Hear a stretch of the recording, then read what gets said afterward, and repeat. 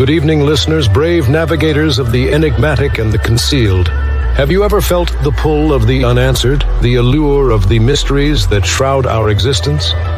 For more than a decade, a unique comic publisher has dared to dive into these mysteries, unafraid of the secrets they might uncover. This audacious entity is Paranoid American.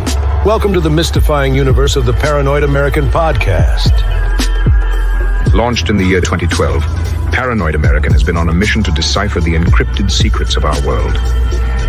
From the unnerving enigma of MK Ultra mind control to the clandestine assemblies of secret societies. From the awe-inspiring frontiers of forbidden technology to the arcane patterns of occult symbols in our very own pop culture. They have committed to unveiling the concealed realities that lie just beneath the surface. Join us as we navigate these intricate landscapes, decoding the hidden scripts of our society and challenging the accepted perceptions of reality. Folks, I've got a big problem on my hands. There's a company called Paranoid American making all these funny memes and comics. Now, I'm a fair guy. I believe in free speech, as long as it doesn't cross the line. And if these AI-generated memes dare to make fun of me, they're crossing the line. This is your expedition into the realm of the extraordinary, the secret, the shrouded. Come with us as we sift through the world's grand mysteries, question the standardized narratives, and brave the cryptic labyrinth of the concealed truth. So strap yourselves in, broaden your horizons, and steel yourselves for a voyage into the enigmatic heart of the Paranoid American podcast, where each story, every image, every revelation brings us one step closer to the elusive truth.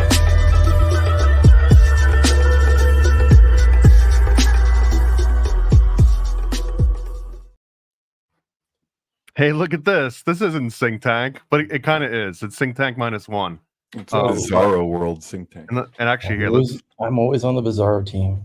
Let's put the experts on top here, where they should be rightfully in this hierarchy of Kubrick. So I'll do a quick little kickoff. We're getting together, and I'm going to be doing a whole series of live streams over the next week or 2 or 3, as long as I can manage. Until I get sick of talking about the moon or get sick of talking about Kubrick. If either of those are even possible, I'm not even sure if either of those are possible. And I guess the two people that I would know best to tell me if they ever get sick about talking about Kubrick, my friends David Charles Play, Alex of Crypto K, welcome aboard. I mean, let me just ask you guys. I will never get tired of talking about. Yeah, he's got tattooed on his arm. The thing about Kubrick is that it always just keeps going with that guy. Like, you think you know everything about Kubrick or even what he thought or whatever. It's like it's endless. That's my experience. It's true. Well, I know I was talking to Alex before we started recording, and he said he just watched the documentary Room 237 today for the first time. Not for the first time. I've seen it. First time in like a decade, it sounded like. like. Yeah. And this is the first time that I've seen it since I think it came out. And I was one of those hipsters that when it came out, I was like, oh, I've already seen Kubrick's Odyssey by Jay Weidner. Like, this isn't new to me. Well, but Jay Weidner is part of this, but yeah. He's part of it, but his isn't the only theory presented in this movie. And I did kind of forget about the other one. Julie Kearns is my favorite. And John Fell Ryan's pretty good. But Julie Kearns, have you seen her website on where she has all the like layout of the Overlook, and like she's like the one she's like one of my favorite presenters in that. I think she is my favorite. Yeah, she shows a little bit of it in the documentary here, and she mentions that she didn't do it 100% to scale, but she got the layout, and I got some screenshots of like the most poignant, I think, items that come up in this entire documentary. So it'll kind of be just shooting fish in a barrel here. I got a bunch of cool. Her website is amazing. Like, she's got great writing. We'll give her a shout out here. She just type in Julie Kearns, and it should come up. Kearns. Idolopus Press, something like that. I can't remember pronounce. Oh yeah, you're right. Something like that. Yeah, I think you almost So what? So just to be clear, what she did was she actually made a map of the Overlook Hotel, right? Yeah, she also like her stuff. Her analysis of Eyes Wide Shut is even more incredible. Like I really like her work. She's super brilliant. She's a photographer, and she works a lot with digital media too. Just like like making digital paintings or whatever. So here's some examples. Here's her rendition of the lobby. Mm-hmm. Here's the gold room. She's got I think the entire Overlook Hotel kind of broken down here. I'll let this load as we talk about it. Right. So some of this is impossible, and that's in it. You know what I mean? Like when you have a window that's looking outside in the room, the shot, and you're like, there's no way to see outside there if you follow through with their own map that they create. Well, so we'll get to every one of those, and there's not really a specific order in these screenshots that I took, but I do want to just set up the premise here that room 237 touches on, I don't know, 4 or 5 different sort of renditions of what The Shining is actually about, although there's so many more that don't really get their full sort of reveal in this particular documentary. So I want to hear if you guys got other really good ones, but I think the top ones in this movie is that The Shining was about American expansion and taking over the Native Americans, like decimating the Native Americans. That's one of the theories. Another one is that it was a theory about World War II and the Germans. Another one is that it's about Kubrick directing the moon landings. And there's a few other like more kind of like subliminal advertising. It all comes down to Jack Torrance when he turns his body in the office, and you can see where they hold the papers clearly looks like a phallus. And so this whole thing is just very Freudian. It's like, dude, there's like things like, I like Jay Weidner, but there's times from him where I'm like, dude, are you fucking for real? Like, this is what ended up in here. You were recorded. The whole, I want to say that my perspective is because I've been working with this guy Sean Montgomery for the past 10 years. And he was kind of like in on the ground floor of Jay Weidner's research, just because he was friends with him and back in the before times, and they kind of split off from each other and did their own thing. But I just saw Jay Weidner's like, hey, look at the Kubrick's face in the clouds or whatever, as it's kind of bad imitation, a bad imitation of what Sean is doing with his subliminal bears theory, which is what divorced him from Widener altogether. It's just like, oh, we'll talk about the bear thing. Don't want to talk about bears. So anyway, I didn't. But the thing is that like to give Widener credit, I mean, which credit is due here, like on a bunch of ways, because that whole thing that Rob Agger drops about that the monolith is the screen. And like that whole deal, like that you're looking at the monolith, but it's just measurements of the screen itself is just turned the other way, and that's why the ape like tilts his head because he's like when he figures it out because he's like, oh, it's like so. But it's super meta. But like that whole argument came from Jay Weidner before Rob Agger popularized it. So he had some. I don't know if it came from Weidner either. I mean, he I don't want to get into politics. I don't need to get into politics. Bill showed me the blog entry and the date on it. It's like, dude, that is definitely before Rob Agger. But the thing is that the thing. Hey, David, and we're like talking about credit or whatever. So it gets snooty. You're really like noisy. Your mic is super hot. Like we're at like a drive-through. Oh, dude, yeah. I have my volume turned way up. I'm sorry. I like did this in a scramble. It's set wrong. Sorry, guys. That's way better. way better. Dude, I'm sorry, dude. Oh my god. I didn't even know it was an issue until a few minutes ago. I know because I'm all speaking emphatically, so it just makes it a little more abrasive. I'm sorry, guys. No problem. Okay. I did want fries with that. I don't know if you caught that in part of my order. Sorry. So like I don't know, this movie is a really cool movie. I'm just gonna say that. I think Rodney Asher did a really good job of, since this is a review, I don't know what we're doing here exactly, like talking it's not really a review. I mean, that's the easiest thing to kind of say that we're doing, but really it's gonna be like a decode of the decode and maybe a critique of some of the decodes that happen in that. So I just got a bunch of screenshots that I took as I watched through the movie, chronological to the documentary Room 337, but not to the actual Shining movie. It jumps around. And the first one that I really liked was that I want to ask you guys, I want to open this up to you. There's a statement made that there's nothing arbitrary, paraphrasing, in a Kubrick movie, especially when it comes to items, shots and colors and composition, and that like anything you see, the little background items and the posters and the way the can is facing, there's a suggestion that like Kubrick's got his hand in all that. Like if something's tilted just 3 degrees away from the camera, that he somehow wanted it to be 3 degrees from the camera. And I'm curious from you guys, like how literal is that? No, I agree. I mean, you're saying that every little thing is intentional. I mean, the way that the rugs move in this movie with the bear rug, and the way that there's that little doll, that little racist doll in the hallway at one point. Did they mention that in room 237? They didn't bring that up in the documentary. No, there's a lot of things that I'm surprised they don't bring up. Like, I'm surprised they don't bring up that recording of Kubrick just laying out the meaning of the ending to some reporter. You know that one where he's just like, it's.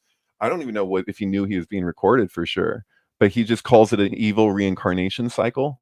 That's the direct quote. So he's like, Jack is caught in an evil reincarnation cycle. That's the meaning of that photo at the end, which means that so this is like as far as I can tell, it's like a Tibetan Bardo type of thing where he's dead. Jack is dead, but he's basically like living out his life as though he didn't die. And he ends up gravitating towards this place of trauma that is in his path from his past life. So he's like just something along those lines. But yeah, I'm pretty sure Jack Torrance is dead. Well, it doesn't really answer the question though. The question is the intentionality of all of the stuff in the props in Kubrick's movies, and I think you can say that that's true. I mean, but there is a weird contradiction in a lot of times where people want to have it both ways, where they'll say he was a perfectionist who put all these details, controlled every detail of every picture, but then also there wasn't any specific meaning to why he had it. It was just like, if you try to like communicate, oh, this is what it means, it's like, oh, well, it can't, you know what I mean? Like there's a cognitive dissonance. Like that list of things that you were saying, like you're like the Native Americans, the Holocaust, et cetera, like it's all there. It's trauma. Like The Shining is like a Greek tragedy. Like all these elements from it, even the maze. You know, Kubrick's first production company name was Minotaur. Like people have pointed out, like when you look at that Monarch photo back there, like obviously you think Monarch, you know, you're thinking Monarch programming, but like it kind of looks like a Minotaur. A Minotaur. Yeah, I've got it zoomed in somewhere in all these. But there's another aspect of that too. That's this first one, is the one on the left here. That picture. That there's a claim that this picture represents kind of a Minotaur because of the way that the legs are bent a little bit. Kind of look at that, and that this almost looks like a little tail that's like sticking out from the butt. And that on the right hand side, this is a cowboy. So you've got a bull man and a cowboy, right? Word. So that those two kind of combine into being this like Minotaur sort of metaphor. And I can't remember who in the exact documentary, but someone goes to lengths to kind of stress that Jack is the Minotaur in the labyrinth, and that the labyrinth never even existed in the original book, and that there's this other there's the hedges that come to life, and it's super fantastical and pretty dumb. But the overlook burns down in the book at the end, and what's crazy is there was a major freaking fire that burnt down a portion of the set, and you can find a picture of like Kubrick like laughing in the in the like burnt up. Oh yeah, that I think I had that as like Kubrick at Ground Zero on 9/11 or whatever. Oh, that's like a good photo. Yeah, it looks totally. But zoom in for a second on the poster, or the bull Minotaur poster. Yeah. Do you know what the poster is behind the girls? I can't really tell what that one was. I think somebody has actually found exactly what that is, and has you can see the original poster. The guy he's holding the sun in his. It looks like on his shoulder, essentially, like he's holding it up. But this is the same posture that if you see the workmen in the background shots of The Shining, they're carrying these rolled carpets. Like there's like multiple instances they're all holding like this. It's the exact same posture, and so it all has to do with the shoulder. And Sean, my friend, has this whole video and whole theory about an actually unreleased video, admittedly, but about the shoulder theory and this whole thing that's encoded into The Shining about the meaning of the shoulder, and that's my point, and that's what's really illuminated there. And then also, I mean, what SKI, Stanley Kubrick Intelligence, Monarch for your Monarch. Yeah, I got you. I was waiting for that one to come up, right there. but I don't know what there was no Monarch mentions in the documentary. I was waiting for that one. There's no Monarch mentions until Kathy O'Brien, as far as I know. So true. Nice. All right, I'm going to keep going through some of these. Like there was one example of Kubrick was such a fanatic for details this is a Pink Floyd reference. I believe that this is a Pink Floyd reference. The fact that it doesn't have a chord is a Pink Floyd reference? No, not that. That's what is it? Cordless communications being predicted right here. But this is another like 2001 prediction. But no, that they're watching Summer of 42, and this is a sync with Atom Heart Mother. Like it's a crazy solid sync. That's like I can't even you have to see it. But yeah. So all right, there's a kind of a puzzle that Kubrick has presented with Summer of 42 and the TVs in The Shining. All the 42s everywhere. Well, it's 42 on a shirt. It's not just 42. What I'm talking about is this movie juxtaposed with the other movie that's in the movie. There's another movie in the movie that's on TV, playing on TV when Wendy answers the phone from Jack, and the movie is called Carson City, and it's like an old Western, 50s Western, and there's some astonishing synchronicities with that film. So if you go watch Carson City from 1952, which actually I'm gonna have to look this up exactly because I don't have perfect recall, but I think it came out around the same time that Jack Parsons died. Yeah, Carson City. The movie's name was June 13th, 1952. There's this whole arrangement that I'm trying to find. Talk amongst yourselves until I find it. Okay, well, I'll go on to the next screenshot here. And there. No, I want to talk about fucking Summer 42, man. Okay, please. I want to hear. I haven't seen it. Have you seen this movie? I've not. Okay, so this movie's based on a true story. The guy actually met the girl, who was the older woman in it in the future, and her husband dies in war, so he's like sent off, and she ends up getting with this young guy here. So it's like this is a taboo movie, but you have to see it. Like it's like the way that this movie is like gorgeously shot. Like this is a movie that I could see Kubrick like actually having like a real appreciation of, just in terms of its direction. And so the thing with Atom Heart Mother is like symbolically like what Atom Heart Mother is a concept album, just like every freaking Pink Floyd album, and like that concept actually matches this film in an incredible way. But when I watch that movie, there's even like on this boat, it like says Jack, and there's like all this kind of like there's connections to the Shining, like that I feel like they're kind of like referential beyond just this movie playing. Like it's not like this is a window into a whole other sync. Like there's a thread that connects through this scene right here. And yeah, totally, there's cordless communications. So almost like there's the different lenses that the Room 237 takes, like 3 or 4 different ways you can watch The Shining. There might be another one if you watch it through the lens of the movie that's inside of The Shining, which does seem like that layered thing that Kubrick would do. Right. So this connects to Why Do Parents Molest Their Children being the main article in the Playgirl magazine that Jack is looking at in the waiting room. I've got that right here. So you gotta blow that up. Like look at what it says on the freaking it says incest, why parents sleep with their children. That's the magazine that he happens to be reading in this one shot. Yeah. Which is kind of a wild. I mean, that's a real article from Playgirl. I guess that's a real issue. I mean, that's a real issue. And did Kubrick have a hand in making that issue? Which is the question because Well, when you start they reference Kubrick as being like a Freudian, like a follower of Freud within Well, this movie when they're leading up but to that. also Playboy.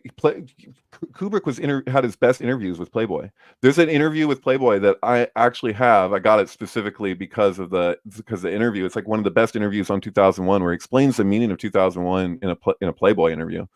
So, but Playgirl takes it to another level. I guess it's just the magazine that was sitting there. So Jack just felt, oh, okay, I guess I'll look at this.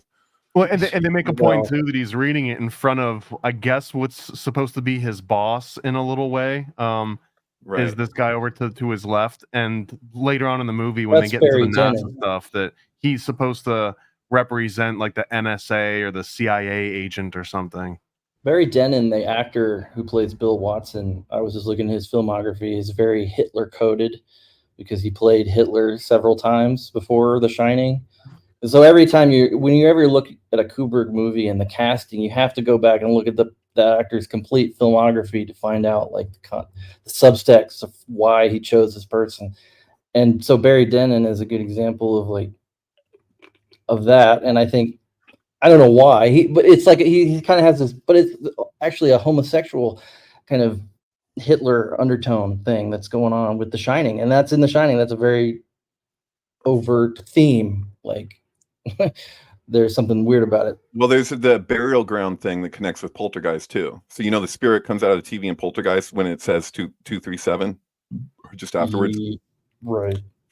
Yeah. Well, so, I mean, that happens to the chef. But they're both. It's you move the headstones, but you didn't move the bodies, didn't you? That's what they say in Poltergeist. But then in The Shining, they're like, and it's, loser has to clean up and keep America clean, which is the commercial from the 70s with Iron Eyes Cody, where he's like crying because people are throwing their trash. The Italian guy. The Italian guy is not really anymore. Right. So loser has to keep America clean, and then it's right at. It's in the same spot when they were walking earlier because they're running up to the maze, and when they're walking past the maze at the beginning, this guy, I forget this guy's name in the leather jacket here, but he says, this place was built on ancient Indian burial ground. We had to fend off several Indian attacks while building it. Wendy is very much playing like the Native American, and he is playing the white man, like white man's burden, Lloyd, white man's burden. So like and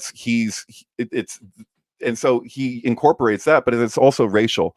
And so there's the MLK factor because like Adler, so like it says, like, oh, it's a German name or whatever, but Adler written on the typewriter.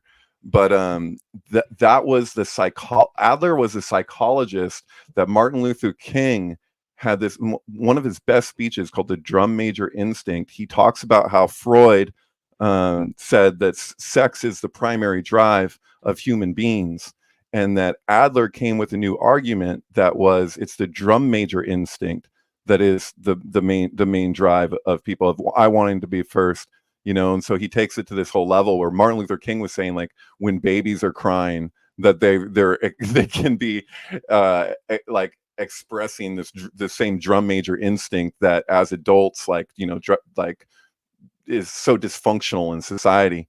And so it's relevant here, especially with what happened to King. This is Stephen King.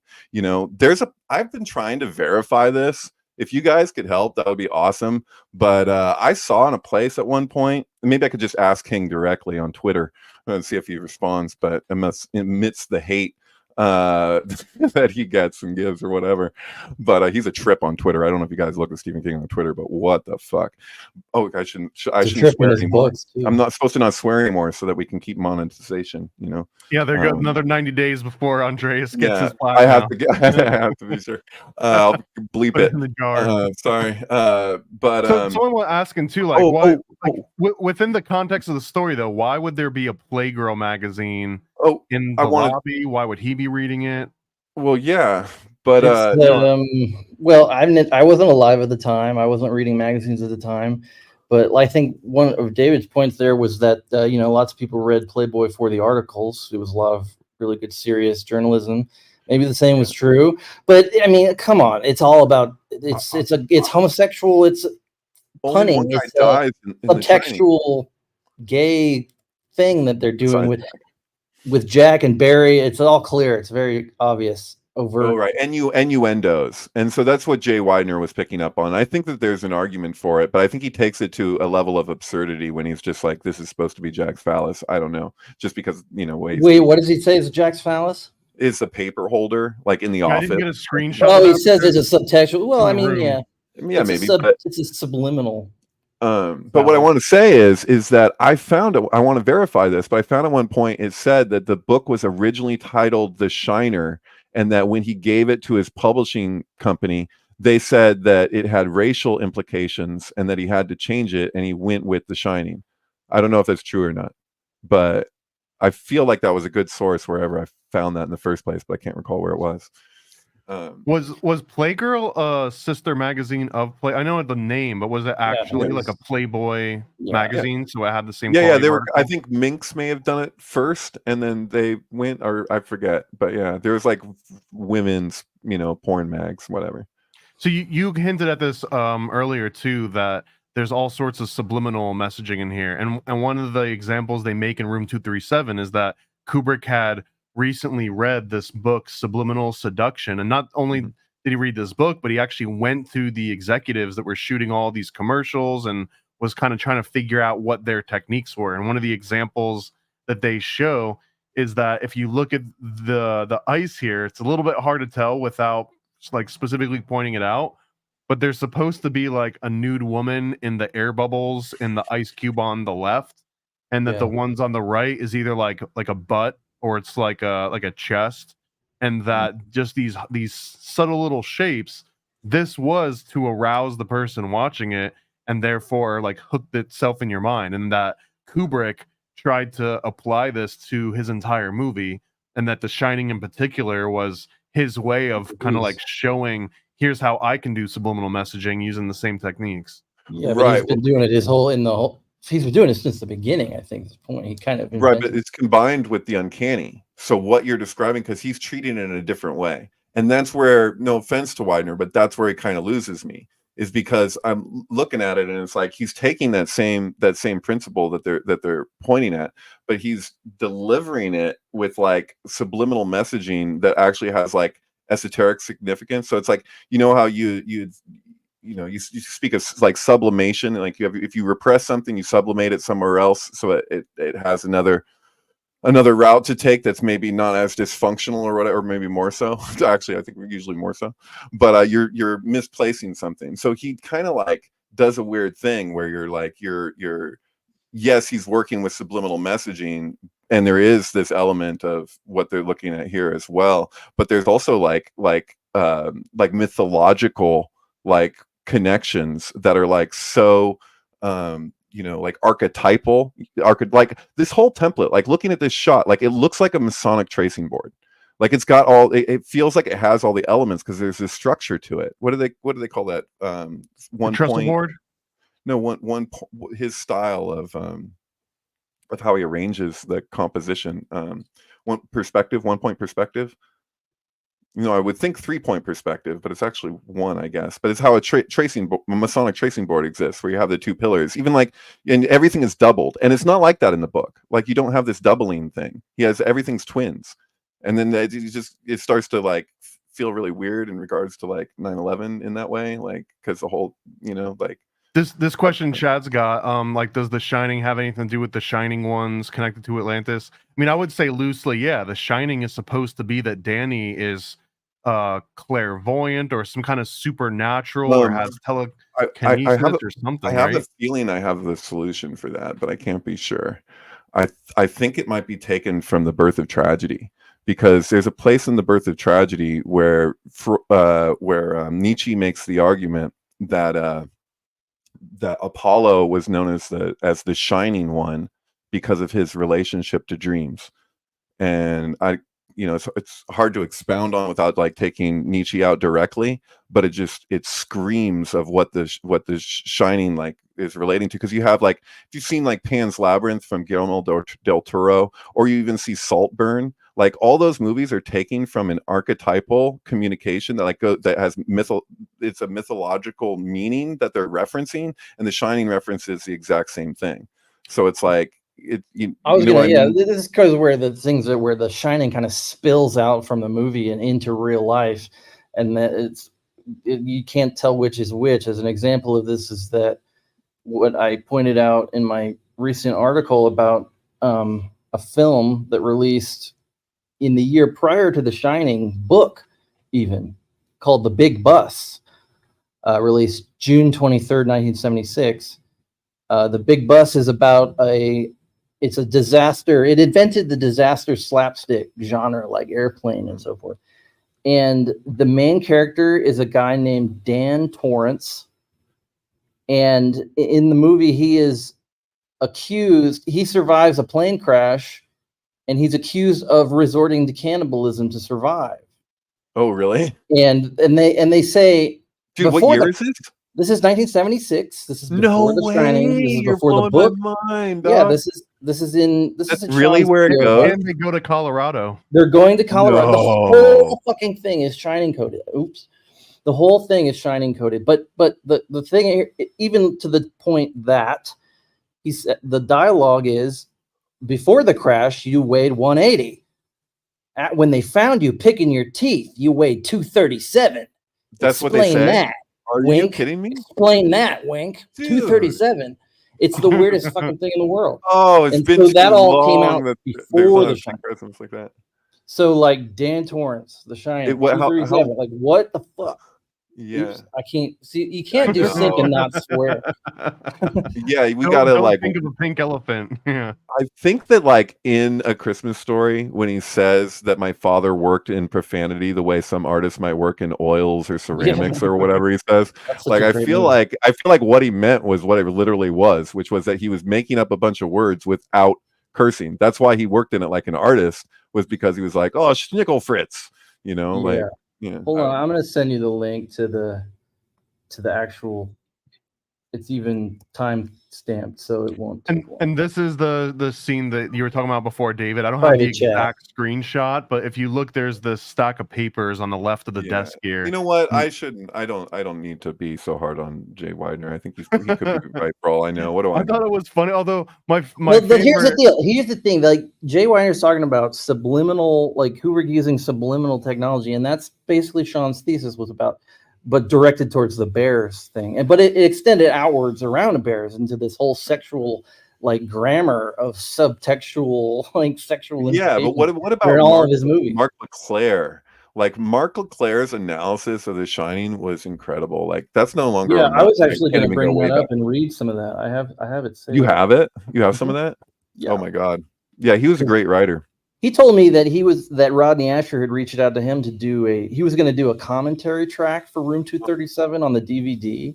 Like he was going to record a whole track over the movie, but it never happened. I wish it did. Can we do that? Can we go record a Shining like?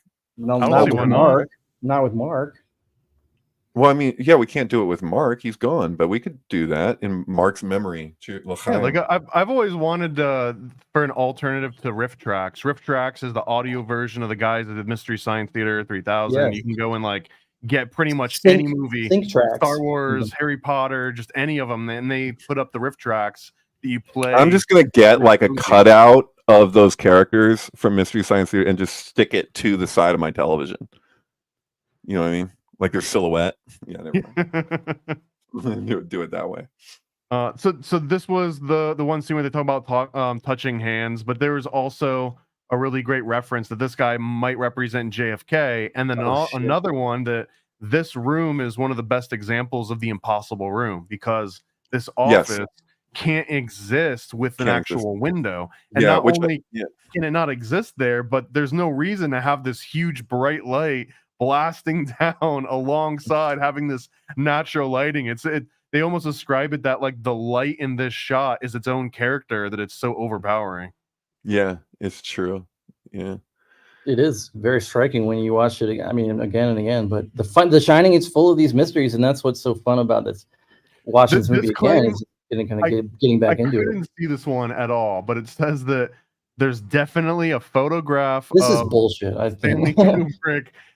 Somewhere in the clouds, like airbrush. Again, I swear to God, this is like a parody of Sean's subliminal bears theory. It's like I don't see it. I don't see what he's talking about. I mean, I was looking at, and he makes them reference that like he would have to Photoshop it in order to point it out. But I mean, I don't know.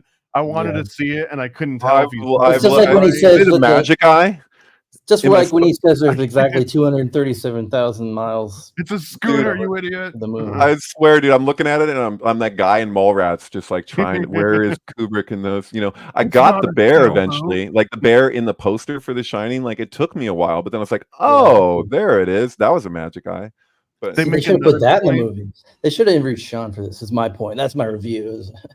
In 2012, they should have interviewed Sean and me before I was even aware of this. Dude, I saw The Shining forwards and backwards at a theater in San Francisco, sold out. People trying to get in the outside. I got my tickets early. Oh my god, it was like a was the closest thing I felt to like Rocky Horror since cool. Rocky Horror. You know what I mean? Like it's just like audience like involvement. Like in Portland, there's a place called Movie Madness. They're like a huge VHS like rental place, but they also have like a screening room. And like they do classes you can do. My dream is to like do a sync class or whatever, where it's like a seminar of like showing sync films, and that'd be cool. Anyway, back to Shining. Well, there's another example that a few people bring up, that the slow dissolves throughout this movie are done. With like such specific intent. And one of the examples is that this guy that's like mopping the floor inside. They show it as he's outside the Overlook Hotel, implying that he's there to like sweep the forest up or to like clean up. And I think this one might have been nodding towards The Shining being about eradication of the Native Americans, and this was them like cleaning up the forest. Yeah, trying to clean up the mess. Yeah, totally. Because that's Poltergeist. Because it's like it's that you have something that you've pushed. It's about repression and sublimation. That's the psychoanalytic angle of The Shining, is that Jack is super repressed and is coming out in all these dysfunctional ways. And that's what America is. Like we like when something's built on blood, it's the same Jim Morrison trip. And by the way, both Kubrick and Jim Morrison each of them obsessed with the Golden Bough. And so the Golden Bough speaks to that. Like if you had like a field of like soldiers die, like people die in this field and their bodies are left to decompose, it was believed like in ancient times, you know, that the flowers would be that much more brighter or abundant from, you know, them becoming one with the land like that. And so like blood in the streets in the town of New Haven, blood stains the roofs in the palm trees of Venice, blood is a rose of mysterious union, you know, like all of that. It's followed by Ghost Song. So like an American Prayer like has this whole thing where he's like, sorry if you don't mind this tangent because it's a good one. Is that when Jim Morrison shares that story about being in the car in the desert at dawn, and they see a truckload of Indian workers had either hit another car or they don't know what happened, and there's Indians lying all over the highway bleeding to death. And he's in the car with his mother, his father, his grandmother, and grandfather. So it's showing that it's like this is ancestral. So it's like everybody's in it together, and they're looking at this thing that's horrifying of this, you know, this thing that happened. And so he says one of the spirits or the ghosts of those Indians, maybe one or two of them, leapt into his soul, and it's been there ever since. It's his version of Nietzsche's thing with its witnessing his neighbors slaughter the sheep, which was the basis for Beyond Good and Evil. So, and Morals and no, that was Pike, excuse me. But yeah, no, it's just if you start weaving in Pike, my head's gonna explode. Sorry. I put a couple of images in the Think Tank Twitter chat. If you could look at them and pull them up at a certain point, because I want to. It pertains to this dissolve thing. Go ahead, David. I have to complete the thought if I'm going to start it. So it's it's that he witnesses his neighbor in a lightning storm killing a sheep for the child, and the child is like his age, and he's like across the way, and so it's a storm, and he's witnessed this experience when he was really young, and he had all these ideas around Christianity and morals and all this stuff, and he saw that the guy killing the thing out of necessity, that there was no anger in it. And that was like his whole realization around it's not just about concepts of right or wrong. It's about what is actually right and what is actually wrong. He's killing the sheep, but there's no, like, he could see the energetic of it was like, this is what needs to be. And so he had that treatment. And so Jim Morrison then takes his own version of it. There's actually like people have written on this, like there's like crazy like analysis of Jim Morrison, basically as a continuation of the same philosopher line, you know, like specifically in regards to Nietzsche. But I think Kubrick took ideas from Nietzsche's conceptualizations, particularly Birth of Tragedy, which was Nietzsche's first book. He wrote it like in his early 20s, I think. But yeah, anyway. This is the image that Oh, one yeah. of the images you sent me, Alex. Well, they're talking about sync dissolves, and I've done a lot of studies with The Shining, and Sean and I have determined that The Shining is like a movie that's like completely designed to sync with itself. So it's like a total fractal. Wait, what are we looking at? An actual dissolve that's in The Shining? No. This is an imposed dissolve. And it's not even John Phil Ryan's thing, because they're both towards the beginning. No, this is just I think it's shot 12 and 21 overlapped, which is basically the two scenes, them at the diner, and you can learn a lot of stuff by looking at The Shining this way. One of the things is like, you know, the position of the sandwich, you know, the weird way that Ullman is always holding his hands in The Shining. He's like holding his hands up like this. Sure. He's kind of holding the sandwich in this image, and he's the one that takes the giant bite out of the sandwich. If you notice, there's like there's a giant bite taken out of Danny's sandwiches. So in that sense, it kind of implies that it's Ullman. And then the red book is visible, but it's also overlapped with the red book that Shelley is reading, or Wendy is reading, which is Catcher in the Rye. So there's red books and things like that.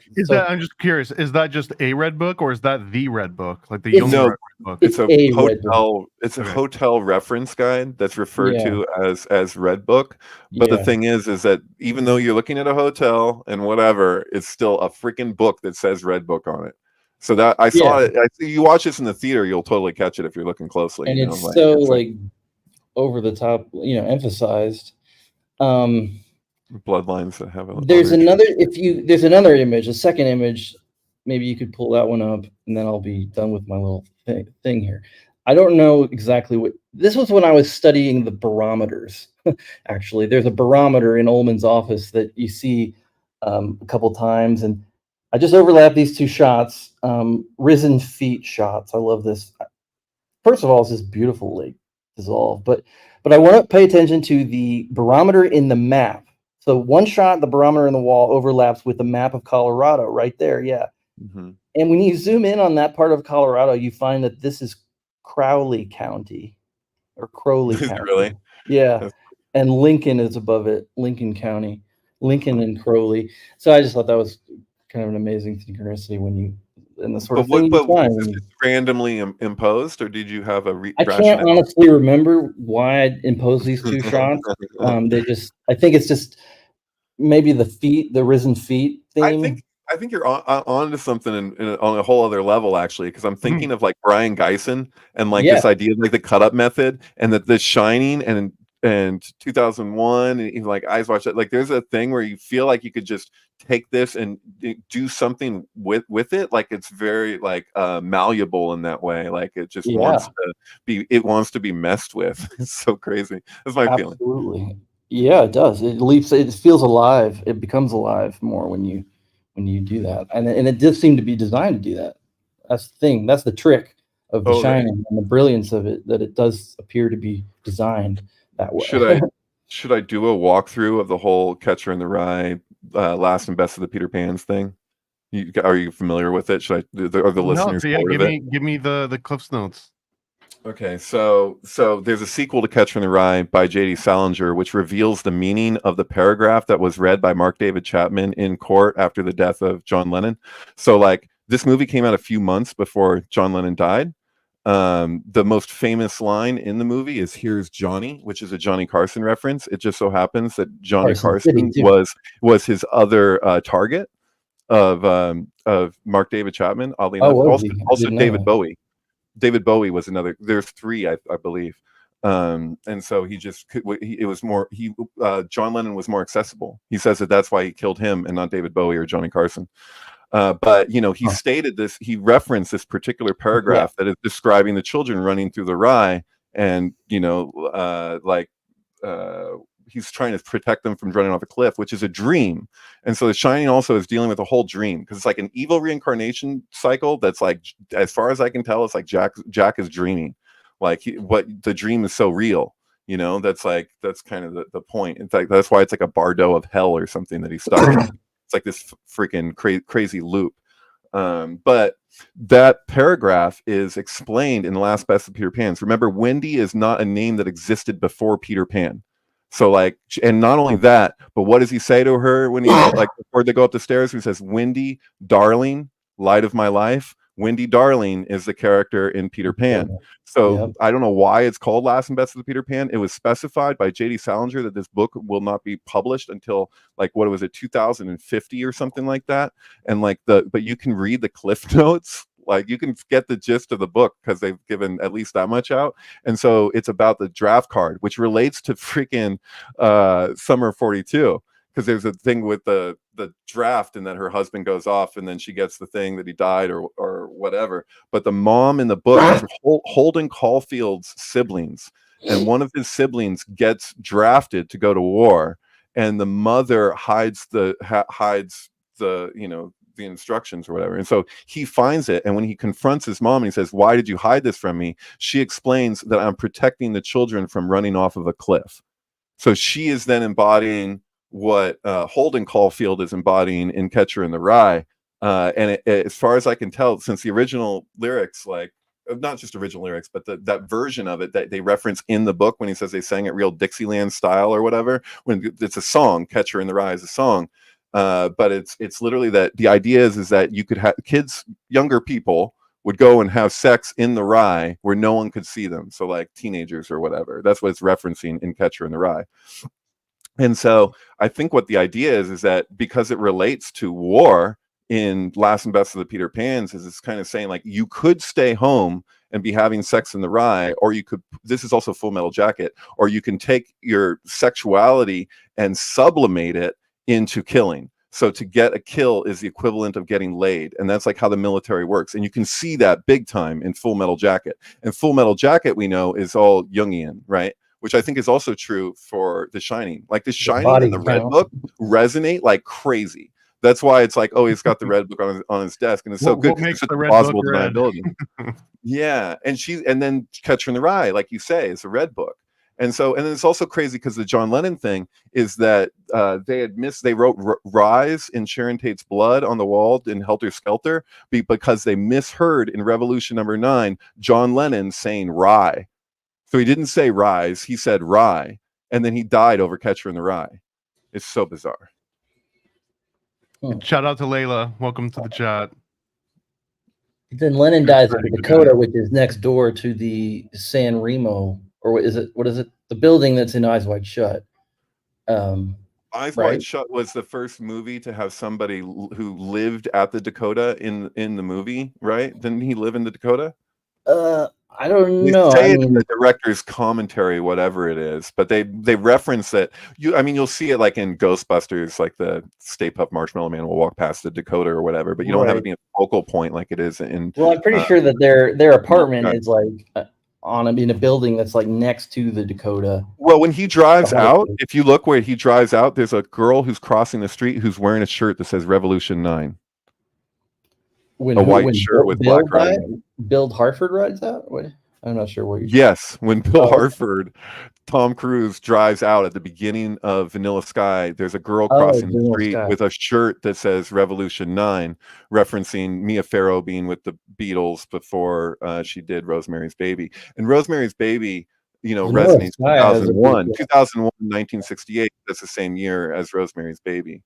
But that's like, and he's in Kubrick's own explanation of The Shining, it's largely to do with like Freud's The Uncanny, which is what did we find that quote? Kubrick Uncanny. What he says, if the genre required any qualification, I think this alone should serve as its credentials. The uncanny is about like it totally relates to artificial intelligence, because you have this. What is it? Like this is why Toy Story has all the Shining references throughout. Also having to do with Buzz Lightyear realizing he's not a real astronaut. where the shining floor pattern shows up in the film. You know what I'm talking about? Like yeah, and in that same movie, I think that was 2, if I'm not mistaken. And in 2, there's also lots of references to Saturn and like Saturn worship, like throughout the entire movie. It slowly sets it up over and over again. Yeah, in 3 it takes it to a whole other level too. But I think Toy Story is a play on the same resource material as The Shining in that particular way. Because what Freud was talking about was like if a child was on the floor playing with their doll and their doll like moved its head in such a way or started talking to it, God forbid, how freaking terrifying that would be. And so like you know you're looking to horror to how do you really get somebody to go to that place. And I think what he's doing here is it's like there's like esoteric implications that just like lure you in, and it can be like The Shining is horrifying in a way that other horror movies aren't, except maybe Toy Story, like especially Toy Story 3. Did you see that the artists of like the top people at DreamWorks for Toy Story did a Shining version where it's like all the characters from Toy Story, but they're in the characters from The Shining, like they're in The Shining. You know what I'm talking about? You seen that? Well, I've never even heard of this before. Yeah. There's like a whole, and they did the number of images that they did is the number of pictures that are on the wall at the end of The Shining that they zoom in on. So that you can arrange them like that. You could put that on your wall and just like have characters from Toy Story in Shining scenarios. It's weird. So I pulled up some Mark Leclerc. Do you want me to read? Can I read some of that? Yeah. This was Mark writing about The Shining from his essay "Killing Time." I'm just gonna say, Danny is Apollo, the god of the sun and medicine. He is nicknamed Doc. Jack is Satan, Saturn, and the creator of time, slayer of Uranus, his father by castration. Wendy is Isis, the world mother. In the material world, she can nurture but not intervene. There is an astrological connection that is woven into the film between Danny and the planet Uranus. One must realize that Apollo the healer is also Jesus Christ. Jesus tells of the second coming to follow into a house a man bearing a pitcher of water. This is not astrotheological skullduggery as suggested in the movie Zeitgeist. It simply pinpoints the return of Christ to coincide with the beginning of the age of Aquarius. Astrology pairs the influence of Uranus with the age of Aquarius. This blends right into the talent of Shining, as Uranus is also paired with both psychic power and with the appearance of instant mass communication, most notably TV, of which little Danny is quite fond. In the light of these connections, it seems natural that Danny, as Christ, the judge and redeemer, would avenge the murder of the true god of the heavens, Uranus, by the hand of his firebrand son, Saturn, especially since the same Saturn has been running a horror show of rape, incest, and human sacrifice since the dawn of time. Things get a bit rough here because we're looking at a kind of loop or Mobius strip. When Danny reaches out to touch the doorway to the Forbidden Room 237, Kubrick is treating us to an homage to his own 2001. In 2001, during the Dawn of Man sequence, one proto-human reaches first to touch the monolith. Danny is this same ape down through the ages. This ape becomes the first murderer, Cain, as revealed in 2001. The lineage of Cain traces all the way to Christ. Read the first chapter of the Gospel of Matthew if you have any doubt. Now, also, Matthew connects Danny to Christ by Stan's use of the number 42. Danny wears a shirt with a prominent 42 and watches the Summer of 42 on TV while his mother reads. In Matthew, Christ is counted as the 42nd generation of Abraham. More so, the 42nd two generations are divided into 3 groups of 14. 314 is pi. Christ, at the end of the Revelation, declares himself the beginning and the end, the Prince of Pi. And remember that Danny is the bear, the Big Dipper, which is the Aquarian pitcher of water, also called the Great Bear.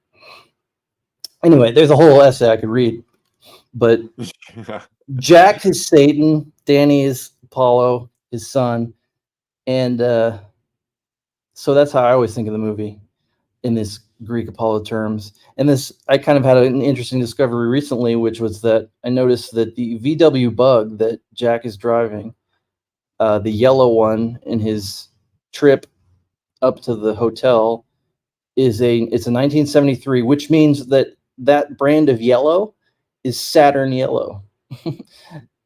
VW Bug. That's the actual So, name of that paint color, was Saturn yeah, Yellow. Saturn Yellow. He's driving a Saturn Yellow VW Bug to the Overlook.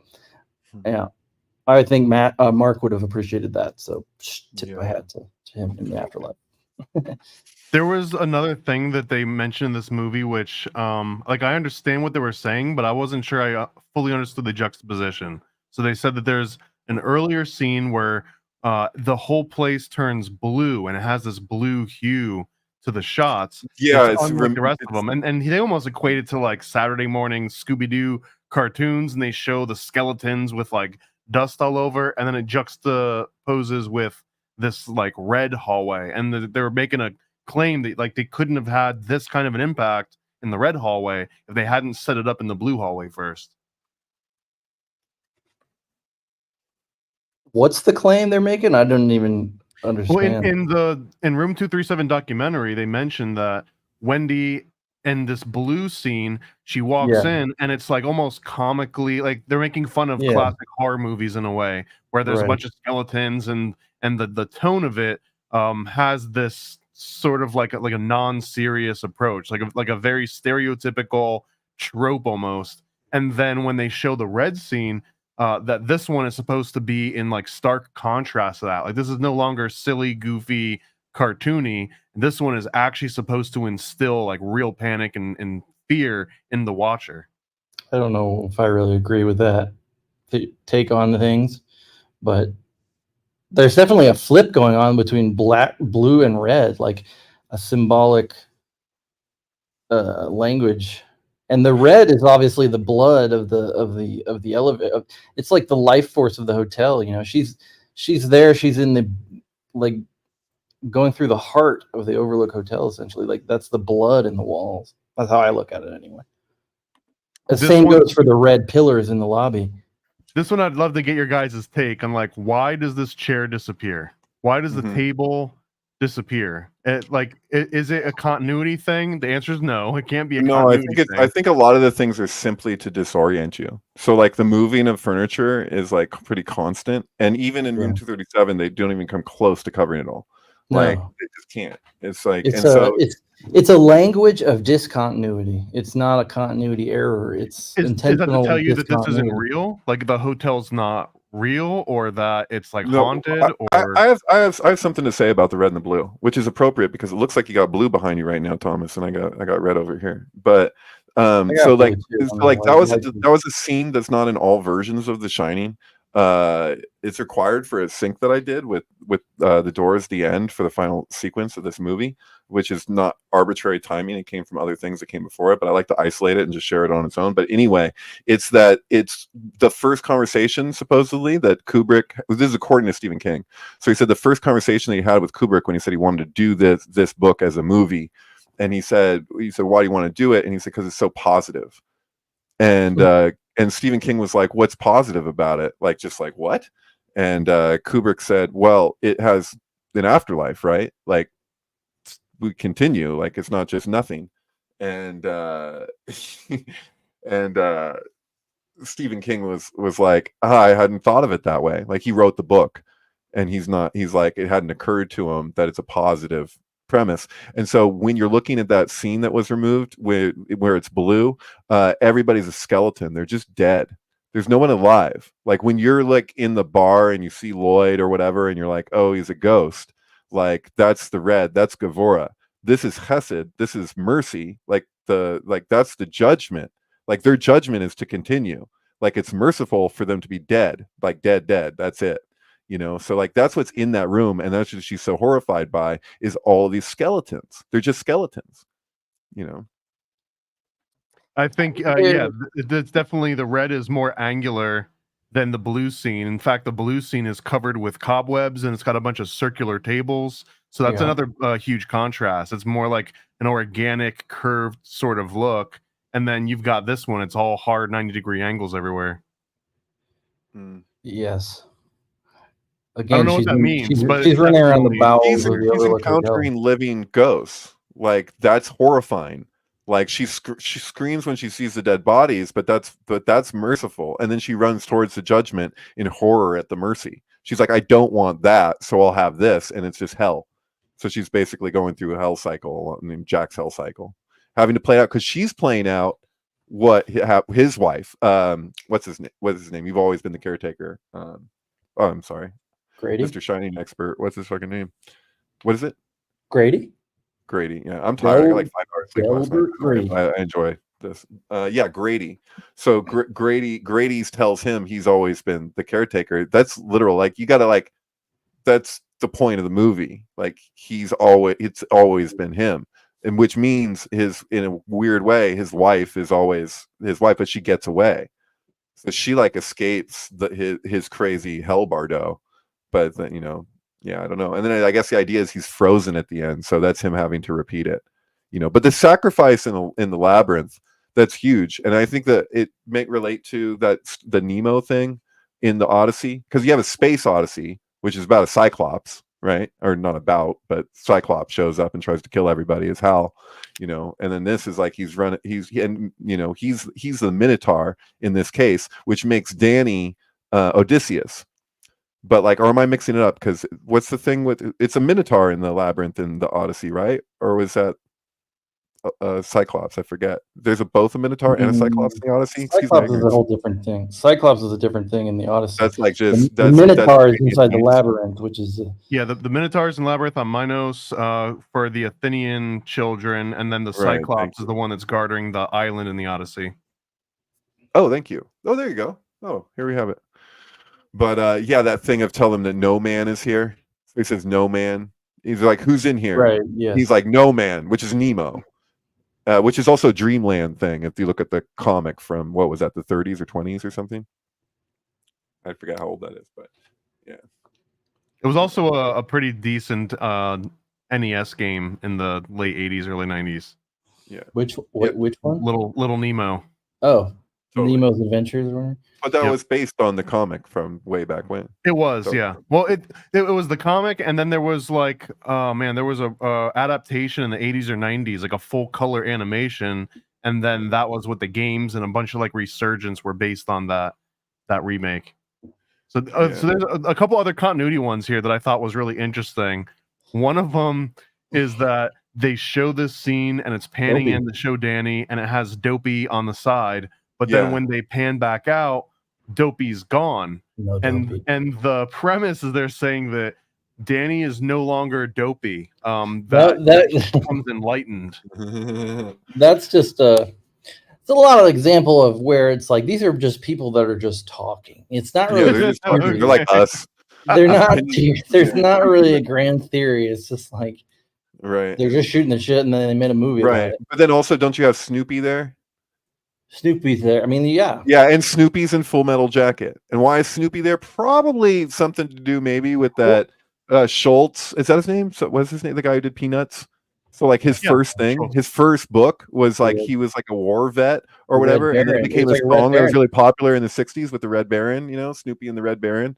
And so like it's all war related, you know. So it's like I don't know, but maybe the Dopey thing is that there's 7 dwarfs and 7 Sephiroth, and the Dopey's maybe representing one of the Sephiroth. I see Kabbalah all through his stuff, dude. I've watched 2 different talks from rabbis at the Jewish Museum in San Francisco for an exhibit for Kubrick, give like lectures on Kubrick's use of Kabbalah in his films.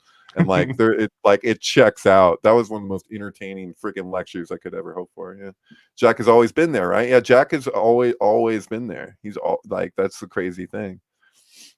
Yeah, I encountered a really interesting thing. There's I don't know. It doesn't matter how I found out about it, but there's a woman named Helen Ritchie, and she was an aviator.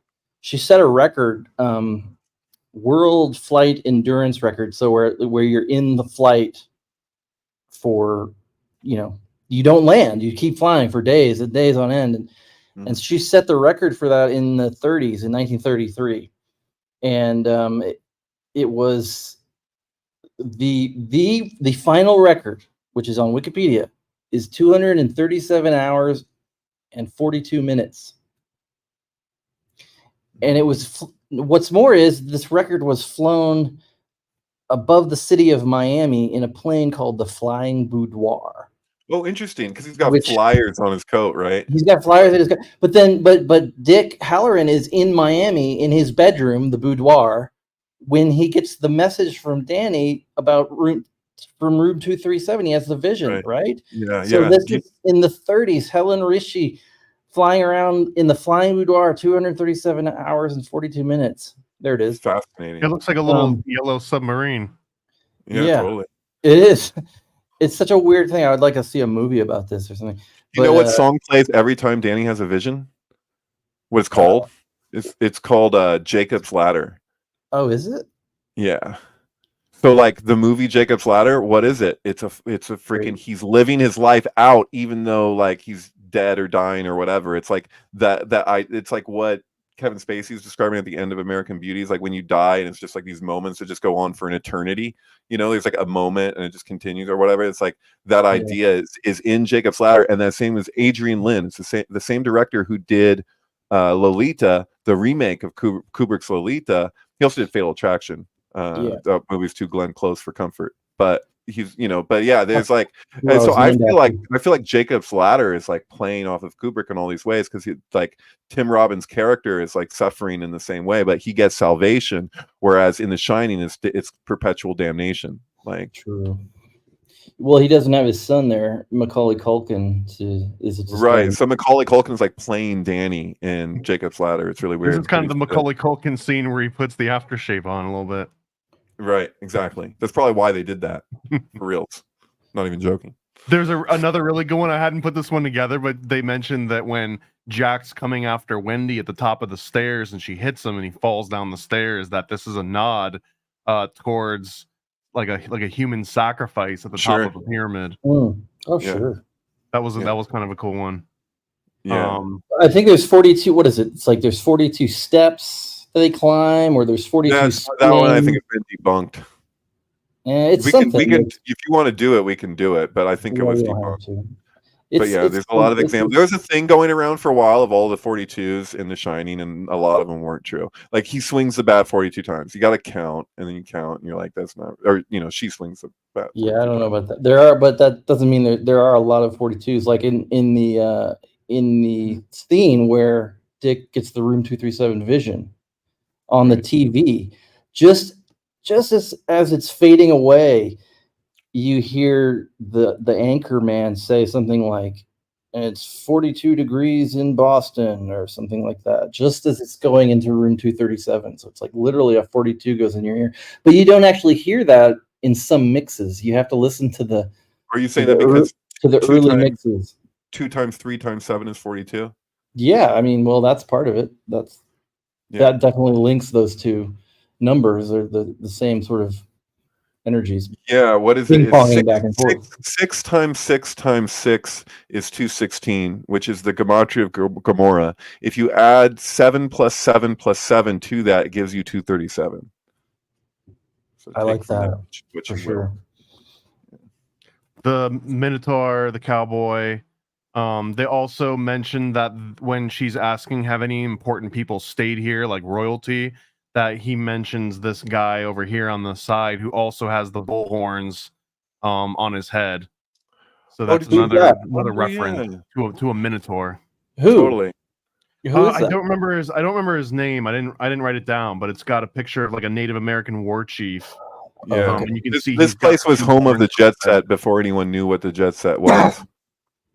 Royalty, all the best people, or something like that. Yeah, all the best people. That's what he said. All the best people. Yeah. And then there was another. This was not a dialogue from The Shining, but a dialogue from Room 237, where they mentioned that the Minotaur's name was Asterius, which meant starry, so that it had these other connotations with like astrological symbolism, which I had never heard that before in relation to this movie. Just to reiterate, in case if somebody thinks it's a leap, that's the name of Stanley Kubrick's first production company, is Minotaur. So what? It just right here, Minotaur Production. There it is. Yeah. So that's the part where we've got the labyrinth, we've got the Minotaur poster a little bit. That was the one I was mostly on the fence. I was like, all right, is it really a Minotaur? But the fact that it's Minotaur Production Company and that Nothing was necessarily arbitrary when he was doing. Right. I guess I could be pushed easier to believe that he really did mean for it to be like that. Yeah, it's not out of the question. Do they mention Minotaur production? I'm just curious. Yeah, right here. This is from Room 237. They actually show this screenshot as they're kind of coming to a crescendo of this like Minotaur What is symbolism. that? Is that Killer's Kiss? What is it? Which one is that? It's Killer's Kiss. Okay. They mentioned that the twins represent Wendy, or that she's connected to the twins in a lot of different ways, that they always want to play like forever and ever and ever, and that it kind of represents Wendy, I guess, in like the feminine aspect, but also that she kind of wanted the twins. I wasn't sure what the other connections were directly with Wendy and the twins. I mean, I don't know, because you're not twins in the book, so this is obviously a choice of Kubrick. So, and any place, well, I mean, if we're going astrological, right, then the twins would actually mean something. Well, it could be Romulus and Remus too. I mean, these are girls, but like just throughout, that's Romulus and Remus are pictured in Crowley's lover's card, which is ruled by corresponds to Gemini. And so his way of depicting Gemini was Romulus and Remus, the two founders of Rome, the two cities of Rome, but yeah. But I don't know. You could talk about it as terms of 9/11. We could talk about it that way. I mean, because that was another thing that Mark had, that he, in his essays, that he says that he actually sent to Jay Widener, who was kind of like, was that 9/11 is encoded into The Shining by way of... because it's archetypal, because 9/11 is a Masonic tracing board. But it goes deeper than that. I mean, he goes into like the whole, like, I wish I could pull the pictures up, but of the typewriter in that whole scene where he's bouncing the ball. Yeah. You're at the typewriter. He's throwing the ball at the wall where there are these 4 large Native American look like totems on the wall, but they look like rockets. They look like 4 rockets. And then right next to the typewriter, there are these 4 little pencils that are pointed right at it. So there's all these. I'm not going to go into every little detail, but it's all set up to imply the 4 planes on 9/11 into the Twin Towers, and the one that struck the Pentagon, which is in the ashtray with a cigarette stuck. Right. So here we have. There it is. Those are the 4 rockets. Yeah. It's something like he bounced. We hear the ball bounce 9 times, and then it cuts. And then it's like 2 more. That up right at 9/11, by the way. Oh, did I? Well, of course, yeah. Right. Well, this is also a sacrifice thing, right? Because you got the corn, and so that's very golden bough. It's like through the sacrifice, the crops do better. Everything flourishes through the thing. Yeah. So it's yeah. We totally planned that. Oh wow. Yeah. So there's another one too. This goes into, I think this is Jay talking about how this had everything to do with the moon landing, but it was notable that Jack goes on this whole rant with Wendy, and he's talking about, like, don't you know what an agreement is? Don't you know that, like, when you make an agreement, you have to follow through with it? And that the entire tirade was actually supposed to be Stanley talking to his wife when his wife found out that he helped fake the moon landings. And that this was like part of the thing of, you don't understand, like, we made an agreement, the government is involved in this, just like the JFK figure and the NSA guy, that those were the actual handlers of Stanley Kubrick in the real world, and this was part of his disclosure into that. I think that's based. I think that's totally like a legitimate theory for sure. I don't think it gives Christian enough credit. I think she's why not? I'm sure she was fully aware. That's all I'll say. She lined it up. Huh. He's got this. So this, I think, the very first time that I saw Jay Widener's movie, this was it Kubrick's Odyssey, from his Kubrick Cubed Brick Productions. But right. It was kind of like, okay, yeah, this is funny, this is silly. But then they show the damn scene where he's on the launch pad on the shining carpet, and he stands up and he's wearing the Apollo oven. It's such a great example to make as this scene shows up. I think I was like all sold when this scene in particular was mentioned. Oh in yeah, room no, I 237. buy it hook, line, and sinker. You've been down to the pattern of the launch pads that they show, right. you know, like Because it works so well because the thing Well. is archetypal in the first place. Like the whole thing is ritual based, and that's where Jack Parsons comes in. You know, True. not just Jack Parsons, but you know what I mean. Like that whole deal. Like they're really this is what I got from this NASA ex-NASA employee was like I think I was sharing about this last week on Think Tank or something, but this 3-hour communication with this ex-NASA employee. He's like, long story short, he says, we absolutely went to the moon. I know we went to the moon. We absolutely faked footage. We had to sell the public on it. And it's like, and not only that, but he also emphasized levels of needed secrecy, that not everything is just disclosed to everybody. And that there was like, you know, so they're such open-minded people, I guess is what I want to say. If you want, there might be other ways to put that, but something like that, you know. And this one is one of the ones that gets debunked the most often, I think, when people point it out. But it was that it gets rebunked. The mean, it gets, yeah, we're gonna rebunk it. The mean average in basically in school textbooks around this time did state that the moon was 237,000 miles away from Earth, and that since this movie came out and since those textbooks were distributed everywhere, they've been able to calculate that to a much higher degree of accuracy if you believe in space. That they use lasers in order to detect this, so that the number has shifted, but at the time of the movie being created, it was 237, and that this one is a little bit of a stretch, but I do like it. I will entertain this one, that the keychain itself actually says moon room because the letter O in NO for number, since it's not in the same font and it's smaller than everything else, that it doesn't count as a letter. So the only words that you can, I guess, make out of this is moon and room. Although there's another moron. You can also spell moron. Yeah. No snap. That's everything. That's rough. There it is. That's hard. That's a hard one to come back from. If you include the other O, it could be maroon. Maroon. It could. Hey, I had a podcast called Moonroom an Cinema for a while. Oh, you're right. It's maroon. I didn't even think Sorry, about it. derp alert. Moonroom Cinema was a good deal back in the day. Good name. But okay, so the 237,000 miles to the moon thing. Mm-hmm. I mean, it's sort of true. Well, one of the claims that this movie makes in a broad way, with all the people talking about it, is that every single deviation from the book from Stephen King to the movie by Kubrick, that every one of those deviations is what's telling the story. That if you were to just look at where he deviated, that would give you the biggest insight as to what the Shining movie is really supposed to be about. And this is one of those deviations. And yeah, here's the thing. I present to Jay Widener and to everyone else the big bus. Okay? The big bus. Look at the big bus. Dan Torrance, 237, cannibalism. It's all there before anybody even had the thing. Go back to Possessed 1947 or Possessed 1931. Right.